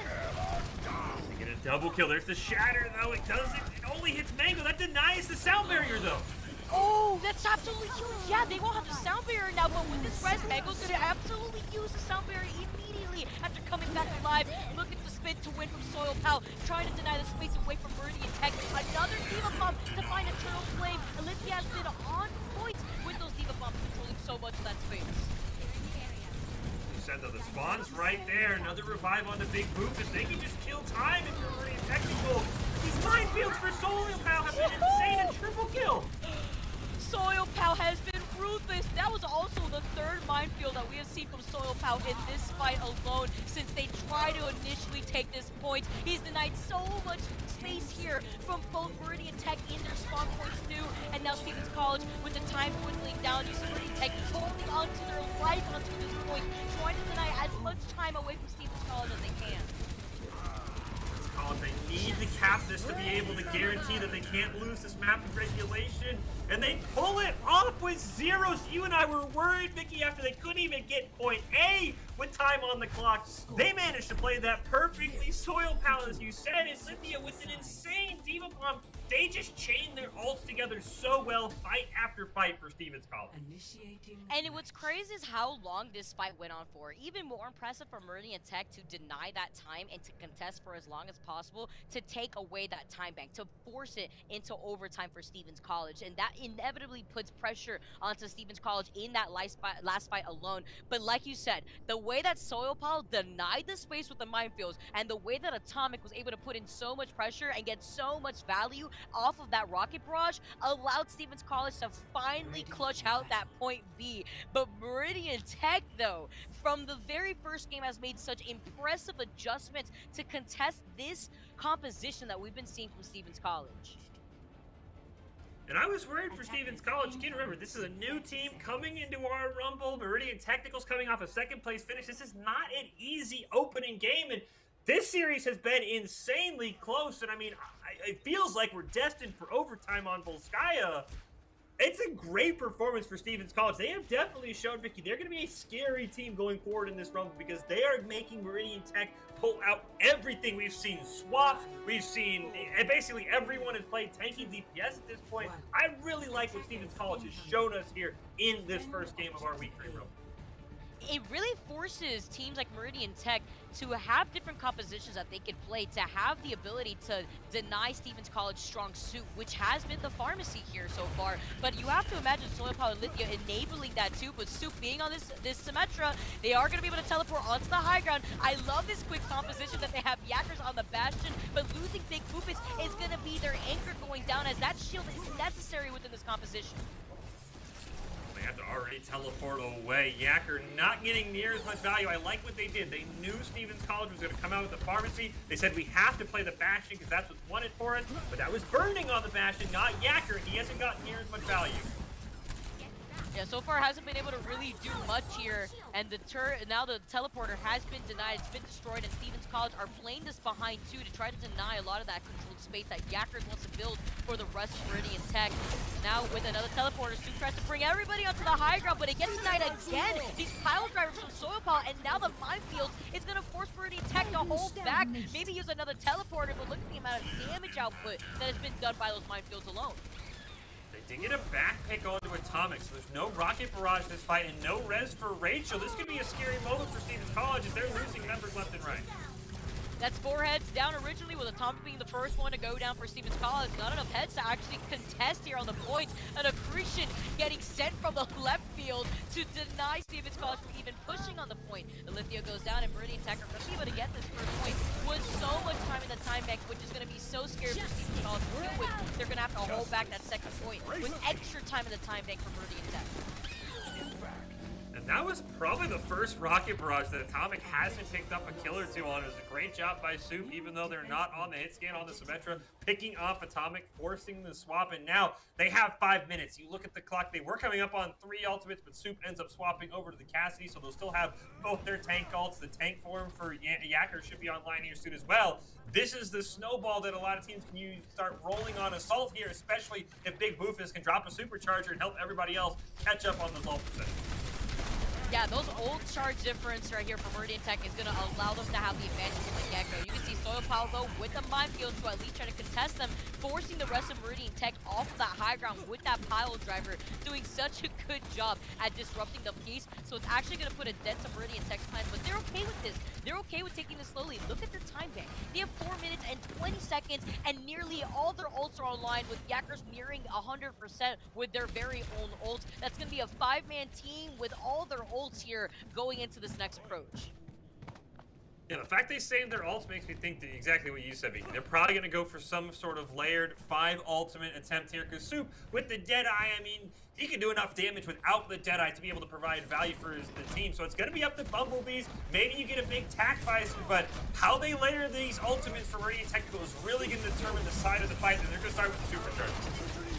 As well as the disruption that Soil Pal's been able to put down with that pile driver. Here's the Gravitic Flex coming in from Burning, though, just trying to find somebody hiding in the house, but doesn't find a single soul, as the rest of Stevens College actually are playing this so spread out. They're forcing Meridian Tech to split all their attention from the left and to the right, but Eternal Flame gets rest. So it's going to be both supports still in the fight here for Meridian Tech. It's going to be lethal now as they lost Big Boofus, and Amp Matrix could allow them all the space that they need to allow Big Boofus to come back after making that swap. Stevens College, they're dropping like flies, and they don't have the nano boost here. It's really up to Soil Power and these minefields to deny that space, and nobody stopped burning yet, too. Bumblebees has the tack visor online. We might get another tack nano, this time from Stevens College, potentially, but he just gets gunned down. Oh no, Yacker is going in 3K as Big Boop is coming in from the respawn, coming in off of swapping over to Ball. They cannot lose this here. They won't be able to contest, and the time differentiation between Meridian Tech and Stevens College is big here with 2 minutes and 46 seconds in their time bank. I mean, the big thing here, you see the replay, Stevens College does not have a Bastion answer. They don't have someone like a Tracer or a Doomfist to get right up in his face. They didn't even get to have an ult from Bumblebees, who just got eliminated. Yacker, a little bit slower than Burning to have an impact, but if Meridian Technical, if they just keep bringing out a Bastion, I think they're going to win in overtime. I mean, the time difference alone favors them greatly, but Stevens College, they seem like a one-comp team, and that comp does not handle a Bastion well. Yeah, we saw them try to make some adjustments over in Watch Point for map number 2, where we had seen Atomic go on the Sombra, we had seen Rachel have a high impact on the Ana, both heroes that could put in a dent into Yacker's plan with the Bastion, but it's a matter of that execution that Stephen College wants to go for, because it seems here that Meridian Tech has been the one ahead of the game when it comes to making those adapted swaps and their composition swaps as well. So Stevens College needs to get on board with that, because their composition that they're really strong with has allowed them to have much success, but it's these adjustments around Meridian Tech's DPS lineup that has been holding them back a lot. Now Meridian Tech will flirt with the potential Pharah. Stevens College has the Junkrat, which, you know, they do at least have the Torbjorn turrets, but they're not going to have a great way to deal with Soup, who we've seen really pop off on DPS like Cassidy. Meridian Tech just needs one tick on the objective to be able to come back and win this best of 3. We'll see what they can do in this first fight.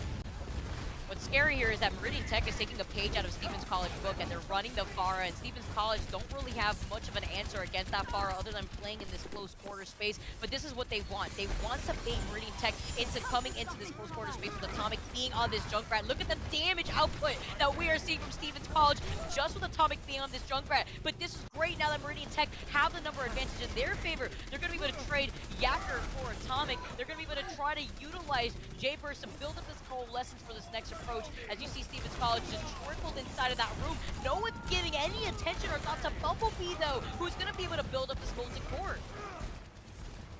Soup is back. They did catch Eternal Flame out, so there's no res, so Stevens College should be able to settle in. Atomic, I like the Junkrat, but I understand the Soldier just for the mobility, but as you pointed out, Vicky, you look at the ults, there's 3 basically online here for Meridian Tech, unless they make any swaps with the Shadow, the Rocket Barrage, and the Valkyrie. Stevens College, they only have the Transcendence close, otherwise they're not going to have much more than 2-3 ults in this next fight. Meridian Technical should be able to maybe 5-man ult this and just win the game with their time bank. What's going to be so important here is Rachel staying alive. Rachel needs to have the immortality field to deny this Rocket Barrage, to deny this Shadow that's going to come in, but no Transcendence. Nobody in the backline because Soup is there to contest you with the Rocket Barrage, finding 2 Eternal Flame, gets Yacker back in, so Meridian Tech have all the number advantage in their favor, and what an overkill with that Shadow to send Stevens College all the way back to the spawn, so close, but Meridian Tech, they're the ones that come out on top after so many different comp switches to try to contest Stevens College. Absolutely phenomenal, and you know, going at it alone can only get you so far. Ultimately, if you want to increase your chances of success, you have to level up your teaming skills, and we just saw that. We saw a great job by Stevens College for most of that map, but finally, Meridian Tech figured out the comp they needed to run. They pulled it off. Esports Tower really takes time to create teams of well-matched teammates. I want to give a shout-out to all of the coaches, especially Paulo, for putting it all together. If you're watching, you haven't checked out Esports Tower Clubs yet, you should. It is the fast track to rank up. A crazy back and forth series here just in our first game, Mickey. We still have more series ahead of us. We'll see how the rest of it goes. We are not going to give Meridian Tech much of a break, though. They barely survived against Stevens College. When we come back, they'll have to take on the Everest, who are the top of the top. We'll take a quick break. When we come back, the Everest and Meridian Tech in our second game of our Week 3 or Esports Tower Overwatch Rumbles coming up right after this.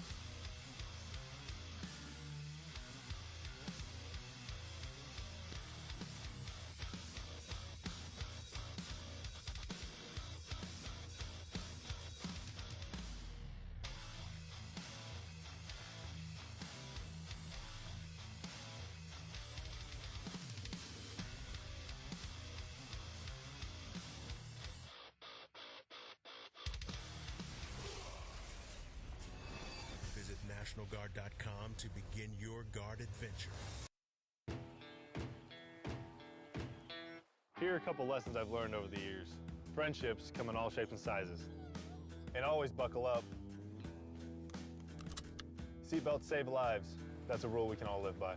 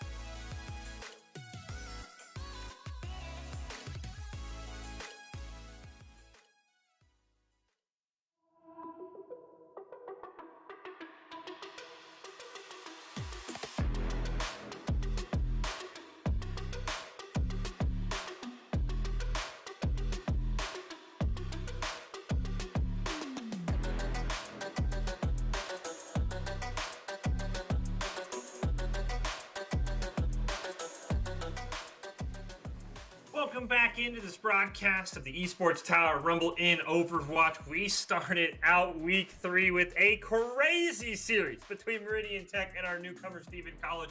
Thought Steven College would pull off the upset, but in the end, Meridian Tech was able to figure out the comp to counter that Pharah and end up winning the game. And we're not going to give Meridian Tech any time off. They're coming back against their nemesis, the Everest of the Esports Tower. I am Fish, joined by Vicky Kitty to call all of the action. Vicky, this was our grand finals matchup in week 2. It was Meridian Tech and the Everest. The Everest took care of business, and the Everest have been the top dog. They have been the back-to-back Rumble winners. Everybody wants a piece of them, and after that marathon game, you have to wonder how much Meridian Tech has left in the tank for a crazy series. Yeah, you can only imagine that Meridian Tech right now is all fired up. They're looking for the run back right now versus Everest. So we're going to have to see if that last series was enough to fire them up, because with that close series, I can only imagine what the rest of the games are going to look like.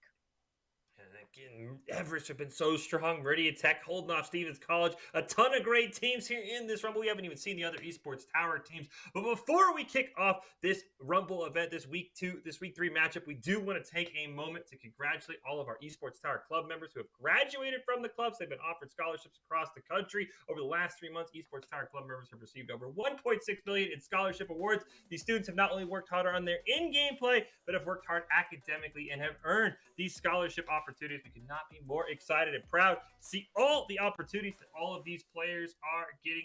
Again, $1.6 billion, an absolutely crazy number, and I'm sure it's only going to grow because, again, we've seen some crazy games already, Vicky, and that was only the first series. It felt like we just watched like a whole week of Overwatch in one best of 3 series.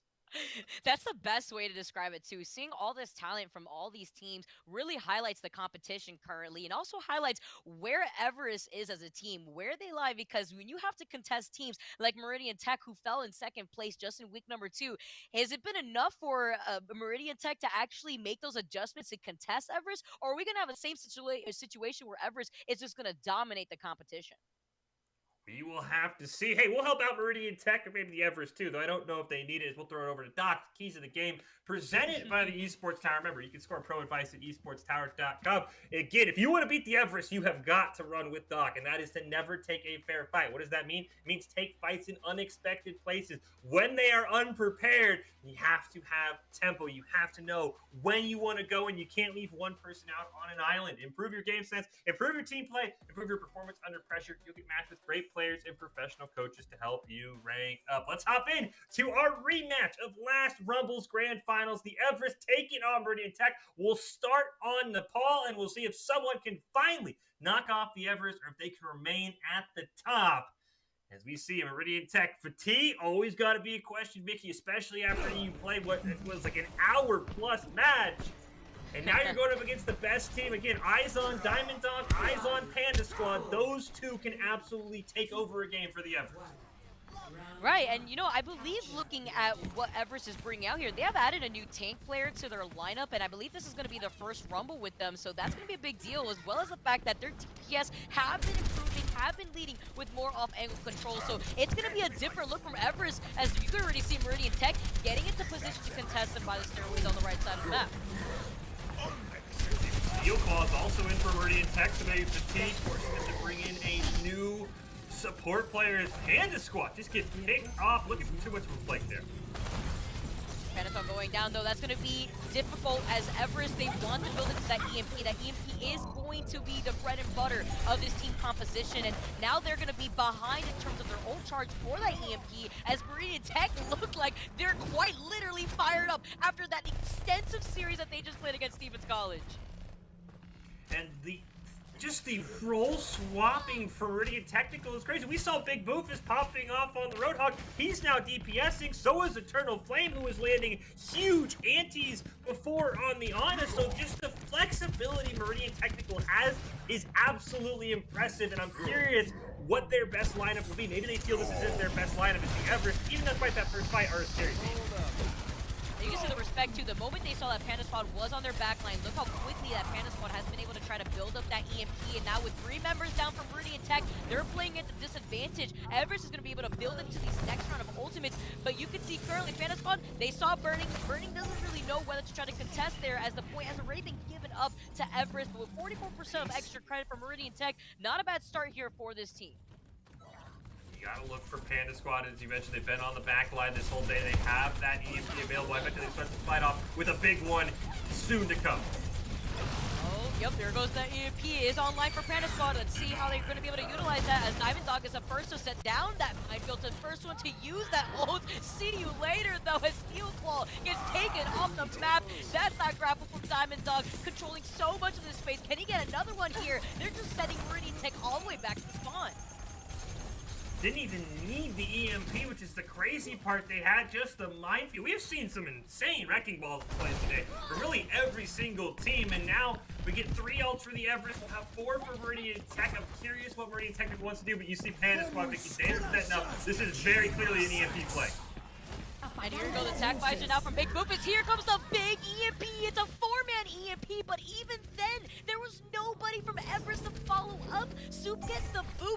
Not only D-Mex, the Diva, but sends Chum all the way to the depths of the map. And now Meridian Tech flipped the tides, and this is a great spot for Meridian Tech to be, because look at the ultimates that are about to come online. They didn't use 2 of them from Eternal Flame and Burning, and they're about to get the Shatter ready for King Swifter. Eternal gets a hello from behind for Panda there.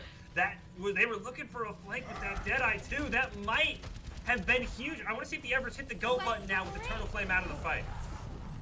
See, Judge does miss that pulse bomb stick though, and now Steel Claw does go down. That would have allowed Steel Claw to build into this coalescence, but Meridian Tech, they're utilizing these ults, but they're not getting too much off of it. The whole hog from Burning has been used up themselves. Now Big Lupus also finding Luminescence. That's going to be huge with no Transcendence here for Everest. We're just getting into trades here, but Panda Squad needs to build into the EMP. That's going to be the game plan for Everest. Oh no, no, not Burning. Oh, Burning. I like that for Burning, otherwise up on. Panda would have just farmed that EMP for that fight. As you said, that's the key, and that's I think what Everest is really relying on is a big EMP. Panda Squad's going to have another one here. This is really the last chance for Meridian Technical before they have to start going in on a stagger, depending on how long they take. And Burning making the swap over to the Zarya to kind of soak up most of that damage. Here comes an EMP, a 6-man EMP. Nobody from Meridian Tech is safe. Big Boofus is the first one to get focused down on. But with the rally, Everest is just going to press forward. They're just going to play in front of Meridian Tech's face. And there's nobody from Meridian Tech that can even try to contest this point.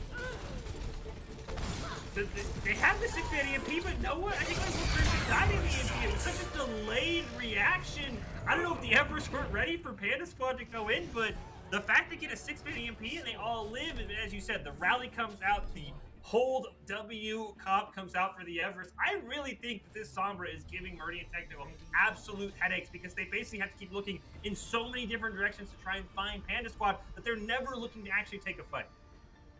What was crazy though, off of that EMP, Meridian Tech was just denied so much time and so much abilities just from that fight alone, that the rally that Everest used to combo with that EMP allowed the rest of Everest to move up quickly to deny that space away from Meridian Tech, and they knew that they were only 10 seconds away from securing that point, so Meridian Tech had no choice but to eat all of that damage. Now going into round number 2 though for this first map, Everest looked like they have other game plans, and Panda Squad is on the Symmetra, so they are going to be able to teleport the rest of Everest to take that control over the point first.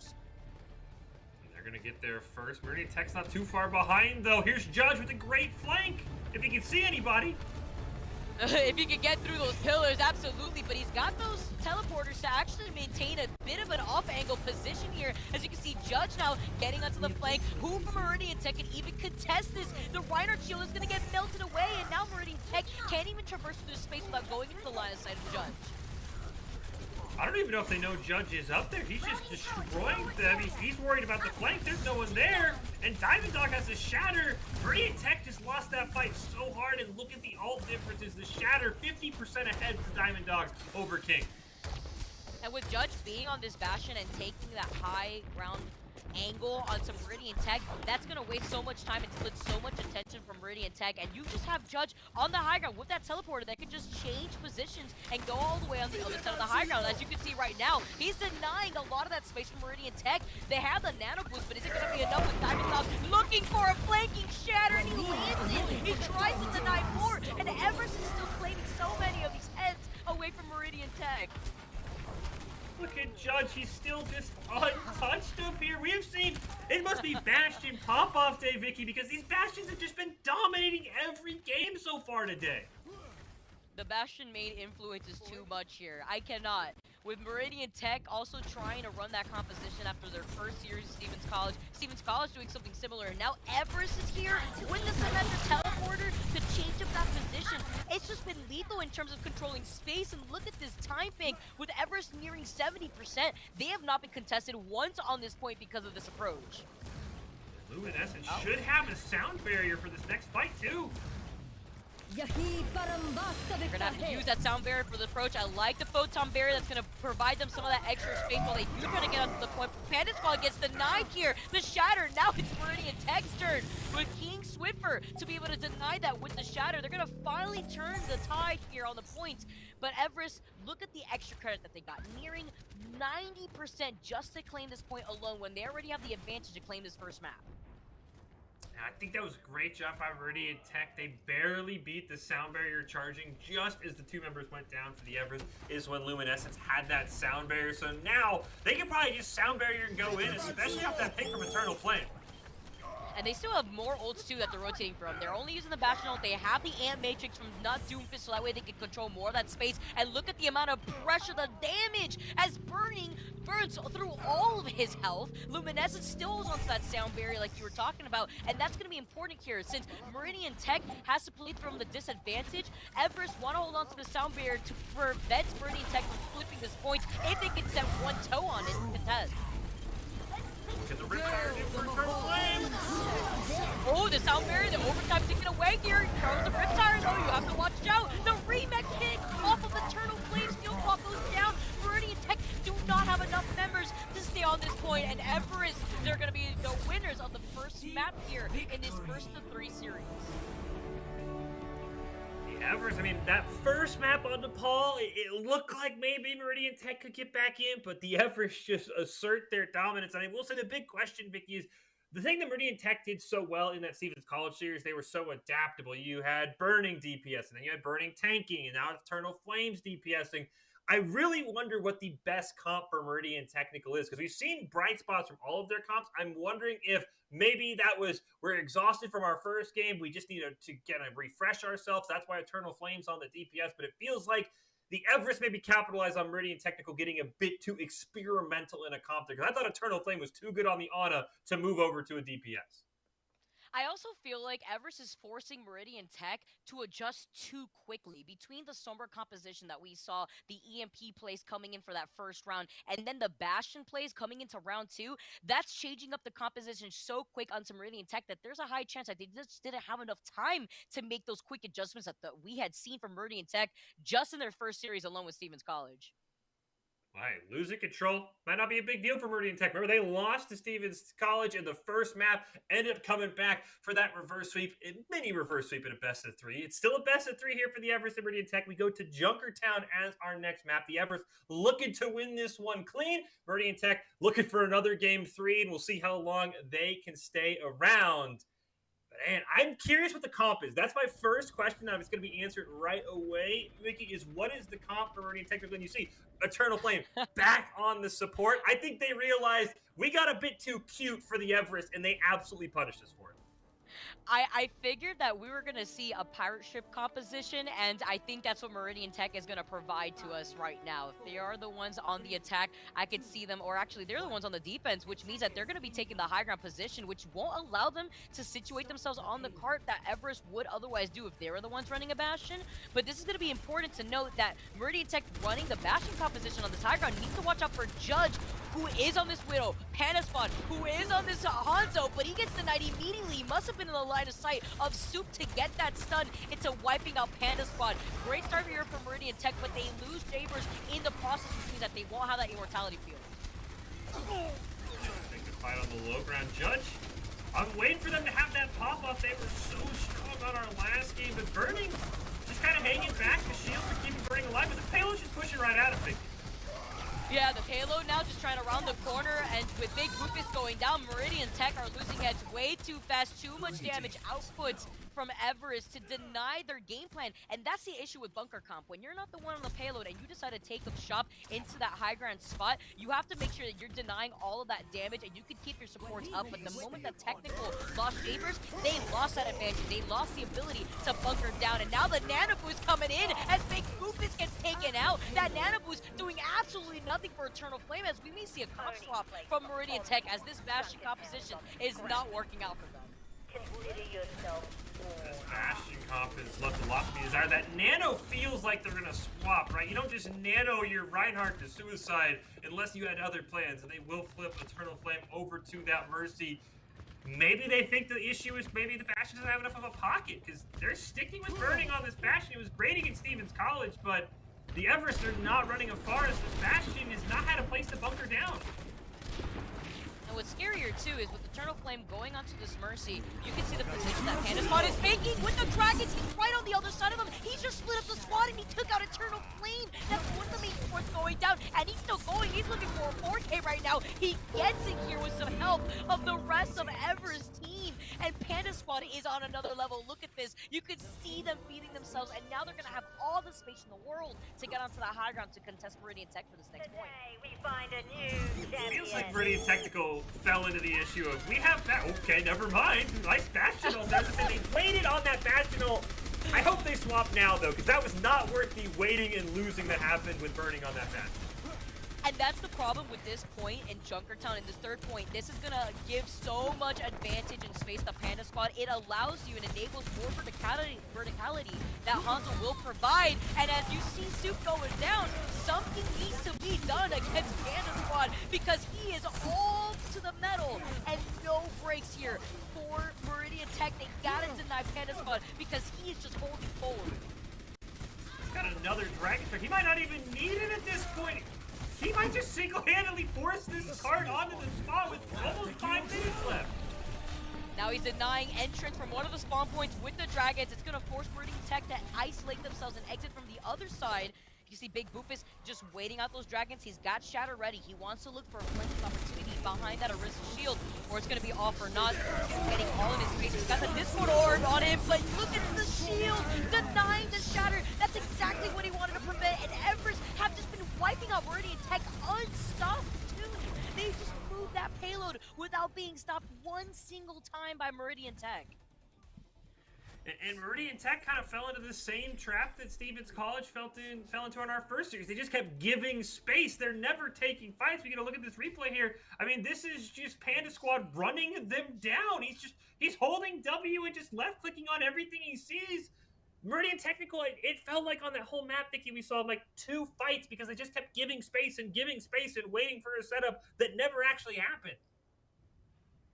That was absolutely insane. Insane to see how much value Panda Squad got off of that Hanzo alone. We had seen from the very beginning the game plan that Meridian Tech really wanted with that Bastion, but did they stay onto that pick and run that composition for too long that it prevented them from even stalling on the car once?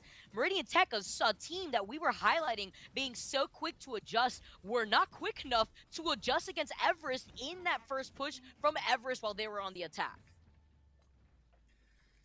I'm curious what Meridian Technical wants to do, because this feels like their comp, Vicky, with Eternal Flame on the support, Burning in Soup DPSing, Big Boofus on the tank, but they're not going to the characters that won them, that they were so good on, like the Roadhog, like the Ana. They're being forced off their comfort choices by the Everest, and now I'm curious if this is an ego challenge here by Soup. Very rarely do you see the Widow get picked unless you know the other team has a good sniper, and you're like, I'm going to prove you wrong. This could go poorly for Soup if he just gets domed off the spawn.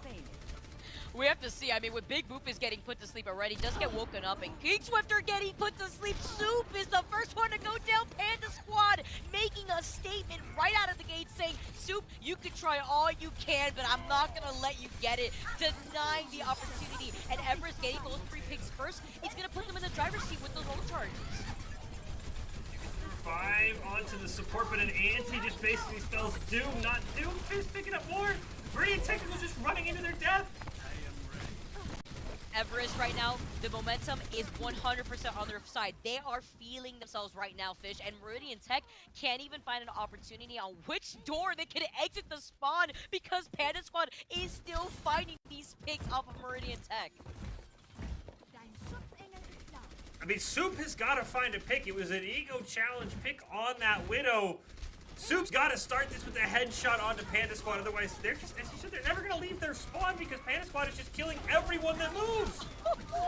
Does he miss? Does he miss, Fish? Because right now, Panda Squad is going all in. He's been looking for another headshot. He gets it again onto Soup. This is the third pick. Can we see him fourth? He is head for head right now. He's going to try to deny Burning. He does it again. He's cleared out all of Meridian Tech basically single-handedly while the rest of Evers just pull him into their line of sight.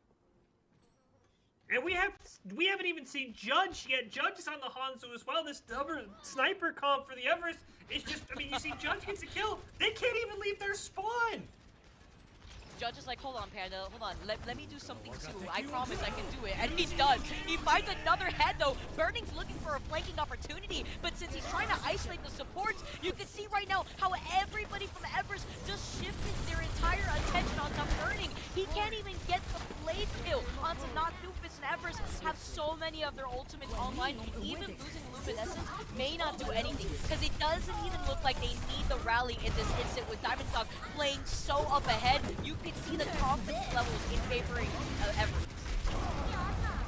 Double kill win for Chum there as well. And I have to wonder just how Meridian Technical breaks this. I feel like they've tried everything. Now Burning's going to try the Hanzo because the Genji didn't work, as you pointed out. Couldn't even solo kill a support. They need a huge haul here, probably from King Swiffer to start off this fight, because they can't even crack this high ground that the Everest have had the whole time.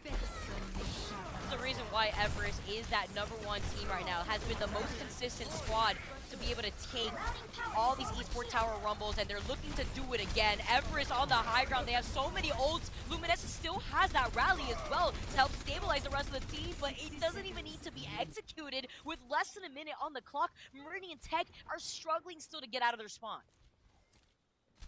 I think the Everest, even if Meridian Tech gets out of their spawn, have 4.5 minutes on their timer. Another for Panda Squad. Can they all play Orisa and Fortify? Oh no, Panda Squad is not giving them the opportunity. Even the bait, looking at the fact that Big Boofus wanted to isolate Panda Squad try to grapple away from there, but puts themselves into the line of sight of Burning, who finally ends up wiping out Panda Squad. The first time that Panda Squad has gone down since Everest has swept on this defense. But now, Meridian Tech can utilize this opportunity as a way to get some extra credit because they need it with less than 15 seconds on the clock.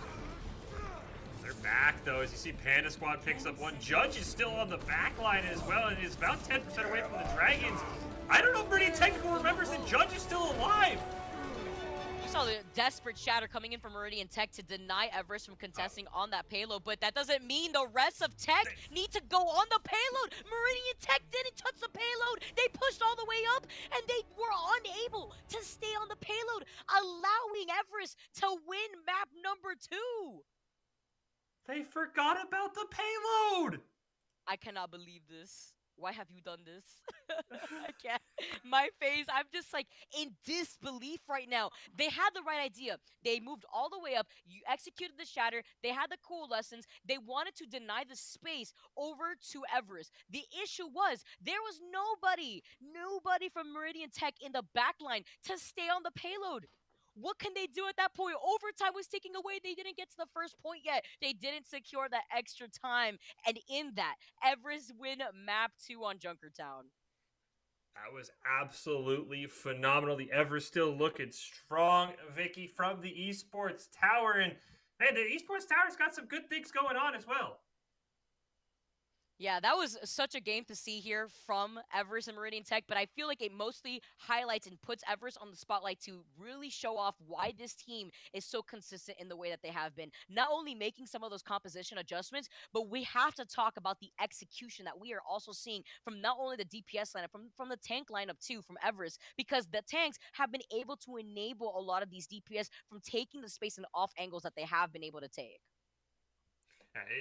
I'm very curious to see who will be able to challenge the Everest. I thought Meridian Tech would be the best team to do it, but now we're going to take a quick break. When we come back, we'll see what Stevens College can do. We saw how close they were to Meridian Tech. Maybe they can offer a bit more of a challenge to the Everest. We come back, it'll be the Everest and Stevens College. That will wrap up our first week of this Week 3 Rumble. We'll come back with our final game of the night. Meridian Tech take it on the Everest right after this.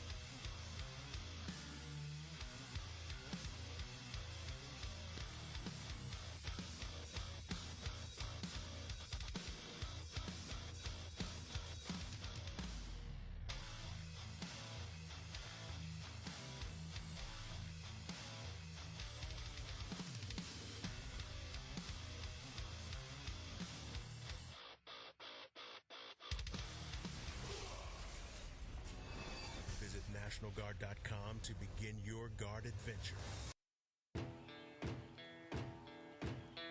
Here are a couple lessons I've learned over the years. Friendships come in all shapes and sizes. And always buckle up. Seatbelts save lives. That's a rule we can all live by.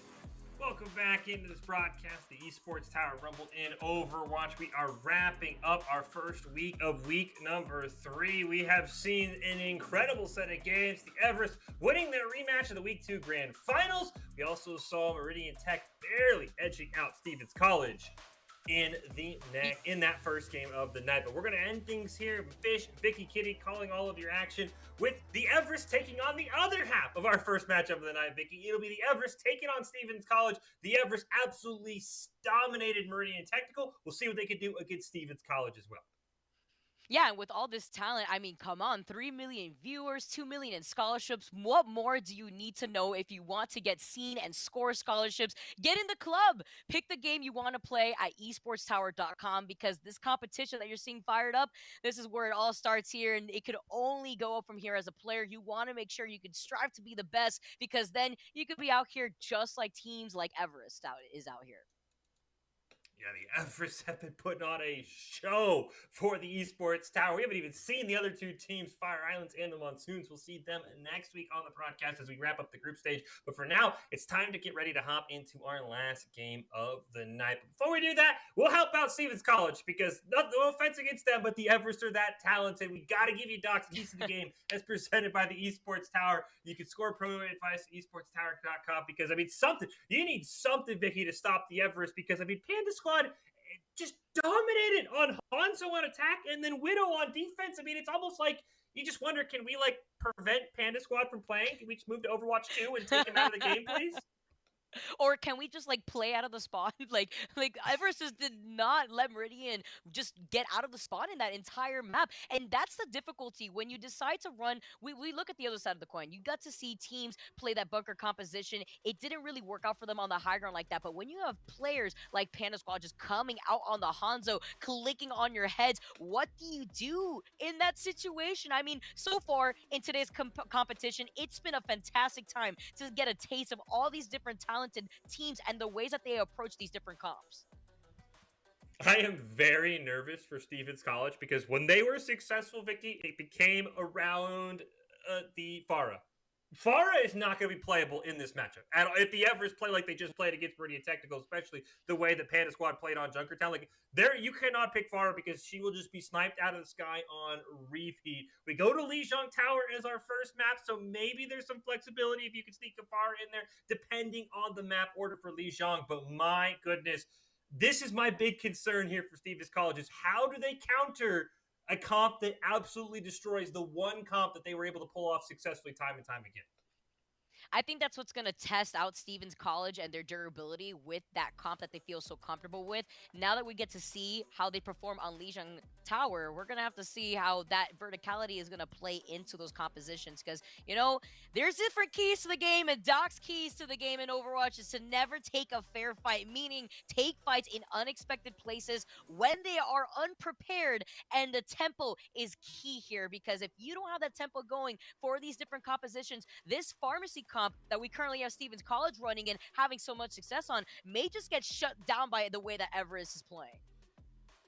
Again, improve your game sense, improve your team play, improve your performance under pressure. Get matched with great players and professional coaches to help you rank up. esportstower.com. Let's get into it. We've got Doc's keys. We'll see if Stevens College can pull them off. I don't even know if the Everest need them. We should have made sure we didn't show the Everest those keys because they have been playing lights out. Let's hop into our final series of the night here. The Everest taking on Stevens College. We start on Lijiang, and interestingly enough, it's actually the Everest who have the Pharah, and Stevens College aren't on the Pharah, and they have a little bit of those lineups off with Atomic now on that support role. I wonder here if Everest took some notes off of Stevens College study book here because this is interesting. This is not what I was expecting. We just essentially see the roles reversed here, but with the Symmetra from Panda Squad and the Teleporter, they're going to get set up on that point first. They have the Immortality Field to help with that sustainability, but these turrets are going to be lethal in controlling this middle point for Lijiang. I was wondering if we might get a rollout here from either Luminescence or Atomic, but neither of them pull it off. Bumblebee's those find that Teleporter, and Stevens College, unfortunately, no luck without the Pharah. They just get rolled in that first fight. Oh man, Bumblebee had the Teleporter in their sights. They were able to deny that ability, but because Everest win this first team fight, they have the advantage. They have the turret already set up into place, and it's just going to allow Panda Squad to get another teleport set up. Stevens College doesn't even have the Symmetra anymore, so they can't rely on that Teleporter. Diamond Dog already has the Shatter. Oh no, if Diamond Dog predicts when they come around the corner, this Shatter could be huge. Oh, and he knew that the shield wasn't up. He gets a huge Shatter at that. Everest already starting off so strong, but not before Diamond Dog gets taken out. Unfortunately, not Doofus quick enough with that Immortality Field, but it doesn't even matter. That Shatter just opened everything up for Everest, as we're going to see Luminescence. We didn't see that Luminescence, don't worry, but we're going to have Luminescence reset quickly with the rest of Everest after winning that second team fight against Stevens College. Problem is, besides the Amp Matrix for Rachel, Stevens College they're not above 60% on anything right now. Because when you look for the Everest, they almost have a Rocket Barrage. They already used the Shatter. The ult advantage tells you all you need to know how this first map has gone. It has been all Everest, and they're looking to do it one more time, this time with a Rocket Barrage. Imagine they have the photon barrier right now too, so they're gonna create so much of that space. They're gonna enable Judge to go in for a flank, to go in for that rocket barrage. You gotta keep your eyes to the skies. If Stevens College can't even get through this white room, look at Judge though in that flanking position. He doesn't even need to utilize the rocket barrage. They're gonna hold on to that because Stevens College gets wiped out in an Everest sandwich that you currently have Panda Squad making for the rest of the team. As you said, they didn't have to use the rocket barrage. So you have rocket barrage, you have the diva bomb if you need to zone anybody off. You're almost to your second shatter of the game for Diamond Dog. This is the last fight, and Stevens College has used one ult all game. They just have not been able to have any ability to get in. Those turrets also putting in so much damage, but the diva bomb coming in from Chummins Fun. Everest just do not know when to put their foot on the brakes because Stevens College couldn't even put a toe on the points. They don't even get to flip the point once, and Everest take the first round 0 to 100. I'm curious if Stevens College will maybe try and change something up. I don't know if Atomic on the support was the right call. Again, as you said, though, maybe taking notes, realizing we can't even play the Pharah against this team. It would have been interesting to see the Pharah versus Pharah with Judge and Atomic going at it. But I'm very curious because Mango now on that DPS, it kind of throws me for a loop because I don't know what to expect for Stevens College because we haven't seen this comp so far because, again, this is a new team. I'm curious if maybe they overthought themselves just a little bit.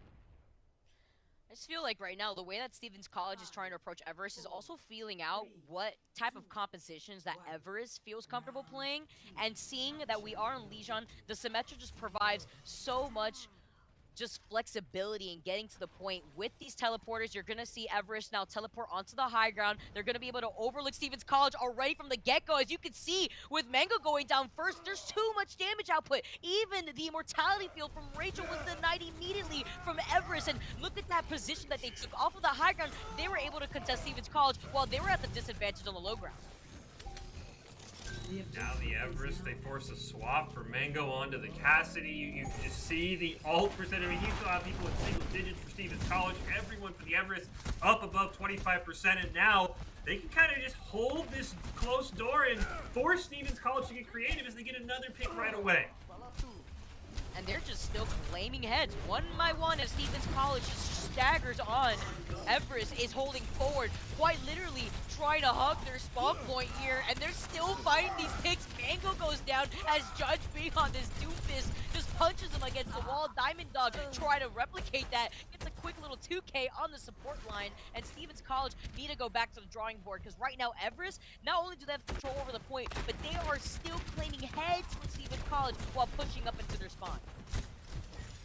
Another shatter up for Diamond Dog, so you have to take high ground here for Stevens College. You can see the silhouette. That's the only way to neutralize this shatter, but at some point, Vicky, you have to come off the high ground on this map. And I think the Diamond Dog is just going to be waiting for a huge shatter if we even get that close. Yeah, you gotta come down from the high ground. You gotta try to put a foot on that point, because right now, look at this percentage. Everest is nearing 60%, and just like you said, Diamond Dog has that shatter. The moment that Stevens College drops down from the high ground, if they don't put down that Orisa shield and deny that shatter, it's gonna be now Stevens College to try to look out for Diamond Dog who's trying to take that position. But they're not giving that yet to him. They get that first pick, they trade that as Mango now takes out care of Finesse. They now that self-carrier for this next fight. Everest now, they're gonna be able to utilize everything though, and the Diva Bomb is gonna take care of Rachel with this breakthrough because they won't have that Ant Matrix as a threat. Diamond Dog still has that shatter. This is the problem I was worried about. Once they came off the high ground, Vicky, everything fell apart. You can avoid the Reinhardt on the low ground, on the high ground, but you can't cap the point on the high ground. They lost so much time. Yes, they avoided the shatter, but they didn't make any progress on the point.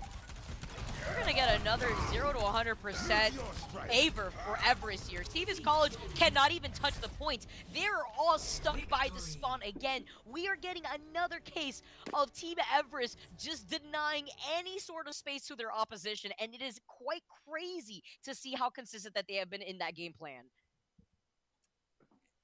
And to me, they're doing against the two best teams. Of course, we know Meridian Tech was in the grand finals last week, but Stevens College was toe-to-toe with them in our first match tonight. These teams felt even, in Everest, you said they're not even letting them get on the point. We'll go to Rialto for our second map. We'll see if the Everest can put another sweep together. I'm curious if Atomic maybe moves over. I feel like even though the Pharah probably will get hard countered by Judge and by Panda Squad, I feel like you have to try your best comp here because clearly they tried to get creative. They tried to say, we can't play Pharah, we'll put Atomic on the support. And she wasn't bad by any means, but it just wasn't the comp that they can win on.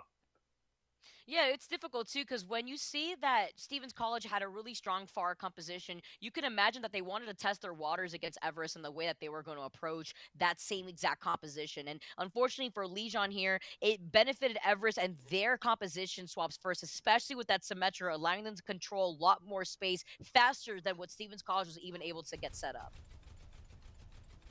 We'll get the Pharah, but it'll actually be from Mango as Atomic will remain on the support line. So I still think, again, this is the best comp that Stevens College has to win with the Pharah. I'm curious how Mango plays it, but I see Judge on a Widowmaker, and I get very scared because Judge can easily eliminate Mango right out of the sky.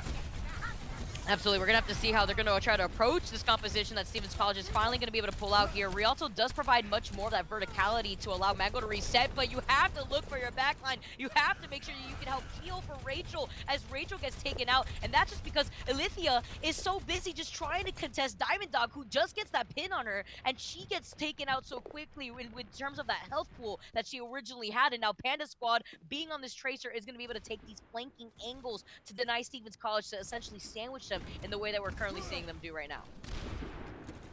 And the flank is the other thing. Outside the Bastion, that Stevens College had some issues with against Meridian Tech Blue with some great flanks. Not by a Tracer, but by some less mobile heroes. And now there's a Tracer involved? Oh man, you gotta watch out. As you said, they're just busy trying to cover 8 different angles all at the same time. It's so scary too, and even though Stevens College seemed to feel a little bit more comfortable out of the gates, look at the way that Everest is playing this. Judge being on this Widow and having so much available to you in your sightlines is going to be so scary as they round this next corner.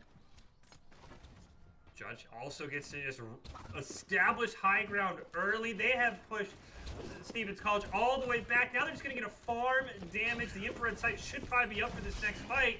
This is exactly how the Everest wanted to draw this up. Oh no! Panda Squad with the blink forward and the pulse bomb. He knew the res was going to come out too. He tries to deny the res from Rachel, so Rachel gets to see another day. Panda Squad gets hit with the anti and no recall coming in from Panda, so they get taken out by Atomic, who is now on the honor this time around. Everest though, they might finally see themselves weakening here. Stevens College to control this high ground. It's going to be lethal, but not Doofus with this immortality field still has been able to survive. He just kited them up and down on the high ground. That was a great play, and now everyone's back here. You got to watch out for Diamond Dog's Shatter. There's not a great way to stop it if you're the Everest, or if you're Stevens College. And the Shatter does come down. Atomic gets caught in the middle of it, but Atomic gets to survive after that Valk. But before that, Atomic gets taken out at the very end when you have Luminescence in their sights. Everest now still controlling his high ground. Nobody's stopped Doofus yet, too, and he's about to build up this Ant Matrix. Stevens College did hold back Everest for slightly right by that corner, but not before you see Everest is completely restabilizing this next corner. Doomfist playing like basically a third DPS here. He has having to heal his team at all, but he's just pumping out damage right now on this Baptiste. It's just, again, just holding forward. He's essentially providing some of that support DPS for Panda Squad, who's going to release another pulse bomb. Not going to find anybody this time, but these ult charges, you have the sound barrier. Luminescence is going to be able to utilize that for this next push from Everest. It's a great flank with the Deadeye. See if Mango could get anybody with it, but nobody was in his line of sight except for Luminescence, the most important member from Everest to hold on to that sound barrier for this next approach. Now that Luminescence gets taken out, Stevens College have a lot more time to restabilize now, control up ahead to control some of that space that Everest has been able to buy in for themselves because they want to use that sound barrier to approach this payload. I am curious if the Everest are going to move off Judge on this Widowmaker. It hasn't been bad, but I think they're just running out of value it can get. There's so many line of sight spots in this last payload place. I'd like to see Judge swap off to something that can provide a bit more oomph in extended team fights. Yeah, especially with Stevens College making the adjustments and Mango swapping off the Pharah into the Cassidy allows them to get those stuns onto Panda Squad and prevent Panda Squad from getting into a flanking angle. But the D.Va Bomb, Bumblebee in their line of sight, gets taken out by the D.Va Bomb, and Atomic meets his fate alongside him. Now right into the spawn, Soil Pound tries to back away, but Stevens College, they need to get something going here because look how far up Everest is pushing into their spawn. Nobody to contest this payload. I mean, that fight was basically, as you pointed out, Bumblebee got caught, now has to try and do a last grass tack visor. I couldn't quite find it there. Pin. Yeah, and now the pin from Diamond Dog just sending one of their members of Stevens College all the way through the back. Nobody was there to touch the payload. Everest just non-stop with this payload. The only time that Stevens College held them back was in that last choke point. Right there, unfortunately, Bumblebees gets nanoed. They're trying to set up a crazy tack visor play on defense, but a great diva bomb from Chum is Fum just picks him off. I think that was really the fight, because I think they hold them there with the nano tack visor, but unfortunately, a great diva bomb trying to just cause some zoning issues, and now we'll see what Stevens College wants to do, if they want to try and push with that Farah comp, if they're going to try something else. And I'm curious if Panda Squad or Judge will bring out a sniper and basically try and ground the pharmacy before it even gets going and really complete the sweep and complete a very impressive day one performance for the Everest. Yeah, we've been also hyping up Everest for all the right reasons. I mean, this is a team right now that has just been so consistent. Will they win a back-to-back Rumbles just to kick off this winter season? I mean, at the moment, that's exactly what it's looking like. But we have to highlight the adjustments that we had seen from Stevens College at the very end there. With Mango swapping over to the Cassidy, it was there so that way they could utilize that tool to prevent Everest from taking these flanking angles that they were able to build up with Panda Squad. And in that, try to deny that momentum that Everest was able to build up. But at the very end, in that last choke point, with Diamond Dog also taking a really nice position with that shatter, it was so difficult for Stevens College to encapsulate Everest at the very end there. Now, Stevens College, though, they're the ones coming out of the gates. They're the ones on the attack, so they have to break through the defense that Everest is going to be able to build up. Oh, yeah, no. I was worried about that, Mango. The ego check on the sniper. Panda Squad's going to put him right back in the squad. He's taken out both the DPS, and it hasn't even been 5 seconds after the gates opened. I can't even believe this right now. Everest, though, having the high ground to be able to angle their way into where Stevens College is going to be funneling out from. Look how confident Diamond Dog is playing, quite literally up in their face, past the bridge. I mean, you have to be careful here. You could get pulled out by Olympia off of the map, but right now, Stevens College can't even restabilize themselves. Judge has the Farah as well. Stevens College, they can't even get out of the spawn if they even make a move. Panda Squad's going to headshot your DPS on the high ground. I don't know how they can come out of this, because there's just so much control for the Everest right now. They need to get a pick onto Judge and Panda Squad somehow, probably at the same time. To think here, with Stevens College also trying to stick to this Bastion composition, what we had seen before from Stevens College versus Meridian Tech, and how Meridian Tech was able to make those adjustments. And now with Bumblebees going down again, this is a very similar outcome that we could expect with Everest now going all the way to their spawn. I mean, just getting the follow-up right there with Chum is Fum.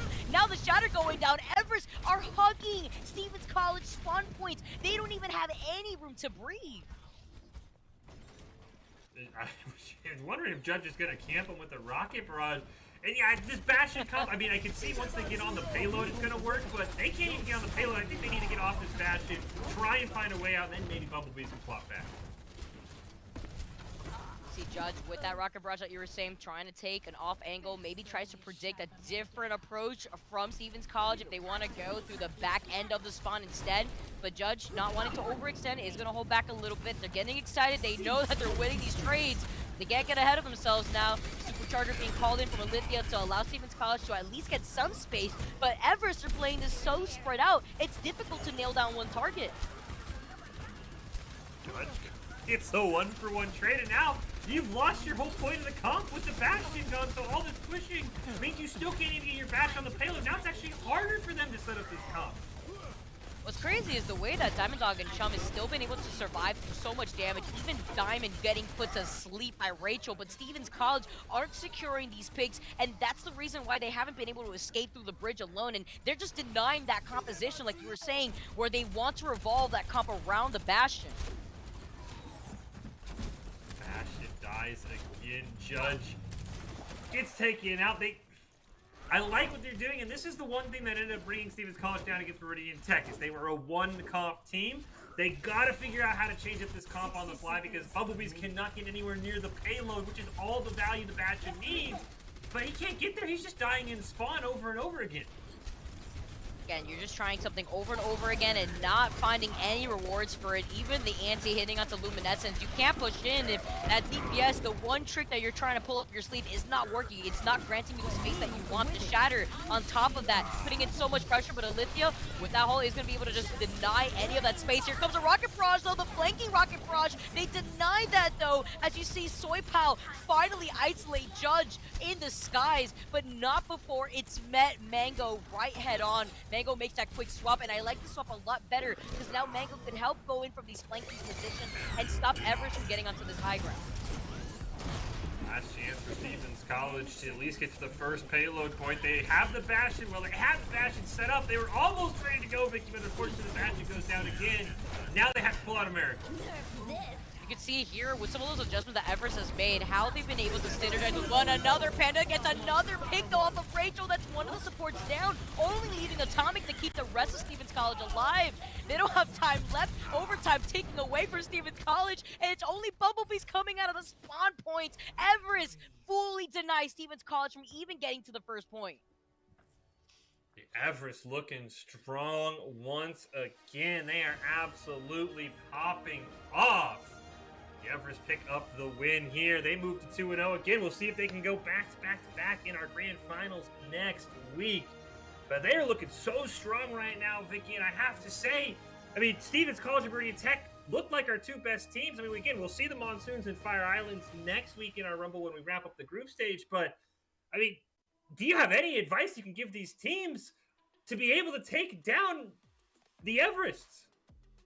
The giants that are the Everest, I mean, isolating a lot of those heavy hitters like Panda Squad could be a good start because you're taking out the foundation from what Everest is really building up on. But I really like the adjustments that Everest have had because even in those situations, you could see the way that Everest is approaching each new matchup differently. Even with Stevens College coming out of the gates with a Far on their own, with even the Symmetra, depending on the maps that we were going to go to first. I love the way they played Legion, but a lot of the strength from Everest lies in the way that they open up a lot of these games. They gain that momentum quickly and they try to stay with that momentum. And I feel like a lot of their opposition fails to try to take some of that control back. So maybe trying to break that foundation could be a good start in trying to dethrone Everest.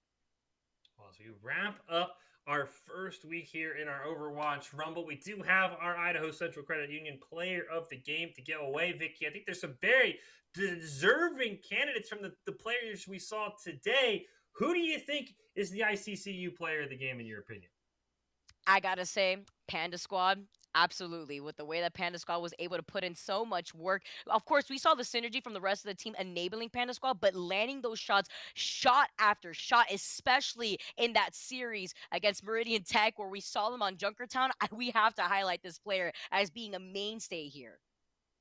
Yeah, I thought Panda Squad, and I mean, they didn't get the win, but I have to say that first map, that first series we had between Stevens College and Meridian Technical, I got to shout out Atomic because Atomic really put Stevens College on the map. And I mean, really, it was Atomic and everybody else. And they had some great backup from Mango and Rachel, who were kind of alternating in the Mercy part of the pharmacy. But I think you're right. Panda Squad deserves it, but I can't go without giving a shout out to Atomic because they were so impressive. And they made Stevens College look like a much better team in that first series than when they were moved to the support role. And I think it was for good reason because the Everest would have denied everything they wanted to do on the far end. It probably would have ruined the good taste I had in my mouth.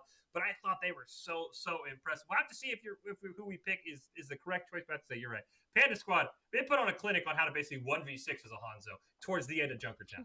Yeah, that was really fantastic too. Just the way that they were able to play, but also looking at the way that first went down, that first series with Stevens College just put in so much work. And speaking of that first series, it'll actually be Soup who's the player of the game. And I will say, Soup was the driving force behind getting Meridian Technical into this series, right? They had so many great Deadeyes. They didn't even win control with all of his great Deadeyes, but I thought Soup really started getting this team on the map, and then once Soup was established, Burning and Big Boofus could kind of come around and help the team. But I will say, Soup was incredibly impressive for Meridian Technical in their first series in particular. And what was super important coming in from Soup was the adjustment that they made out of the gates when they saw that Stevens College composition really did revolve around the Pharah. The quick swap over to the McCree, even after losing that first fight, was so important because it goes back towards what we were talking about before, that Everest has such a big strength in, and it's building up that early game momentum. So Meridian now are able to do exactly the same thing, but to Stevens College in that first series. Player of the game brought to you by Idaho Central Credit Union. He believes a great player makes a team more successful, just like Idaho Central's helping members achieve financial success. Soup is your Idaho Central Credit Union player of the game for tonight's part of the Rumble. Well, congratulations to all of our teams on a very exciting first night of our Week 3 Rumble. The Everest looking strong as ever, but this new team, our Stevens College team, they are looking really good. They forced Meridian Technical to the brink.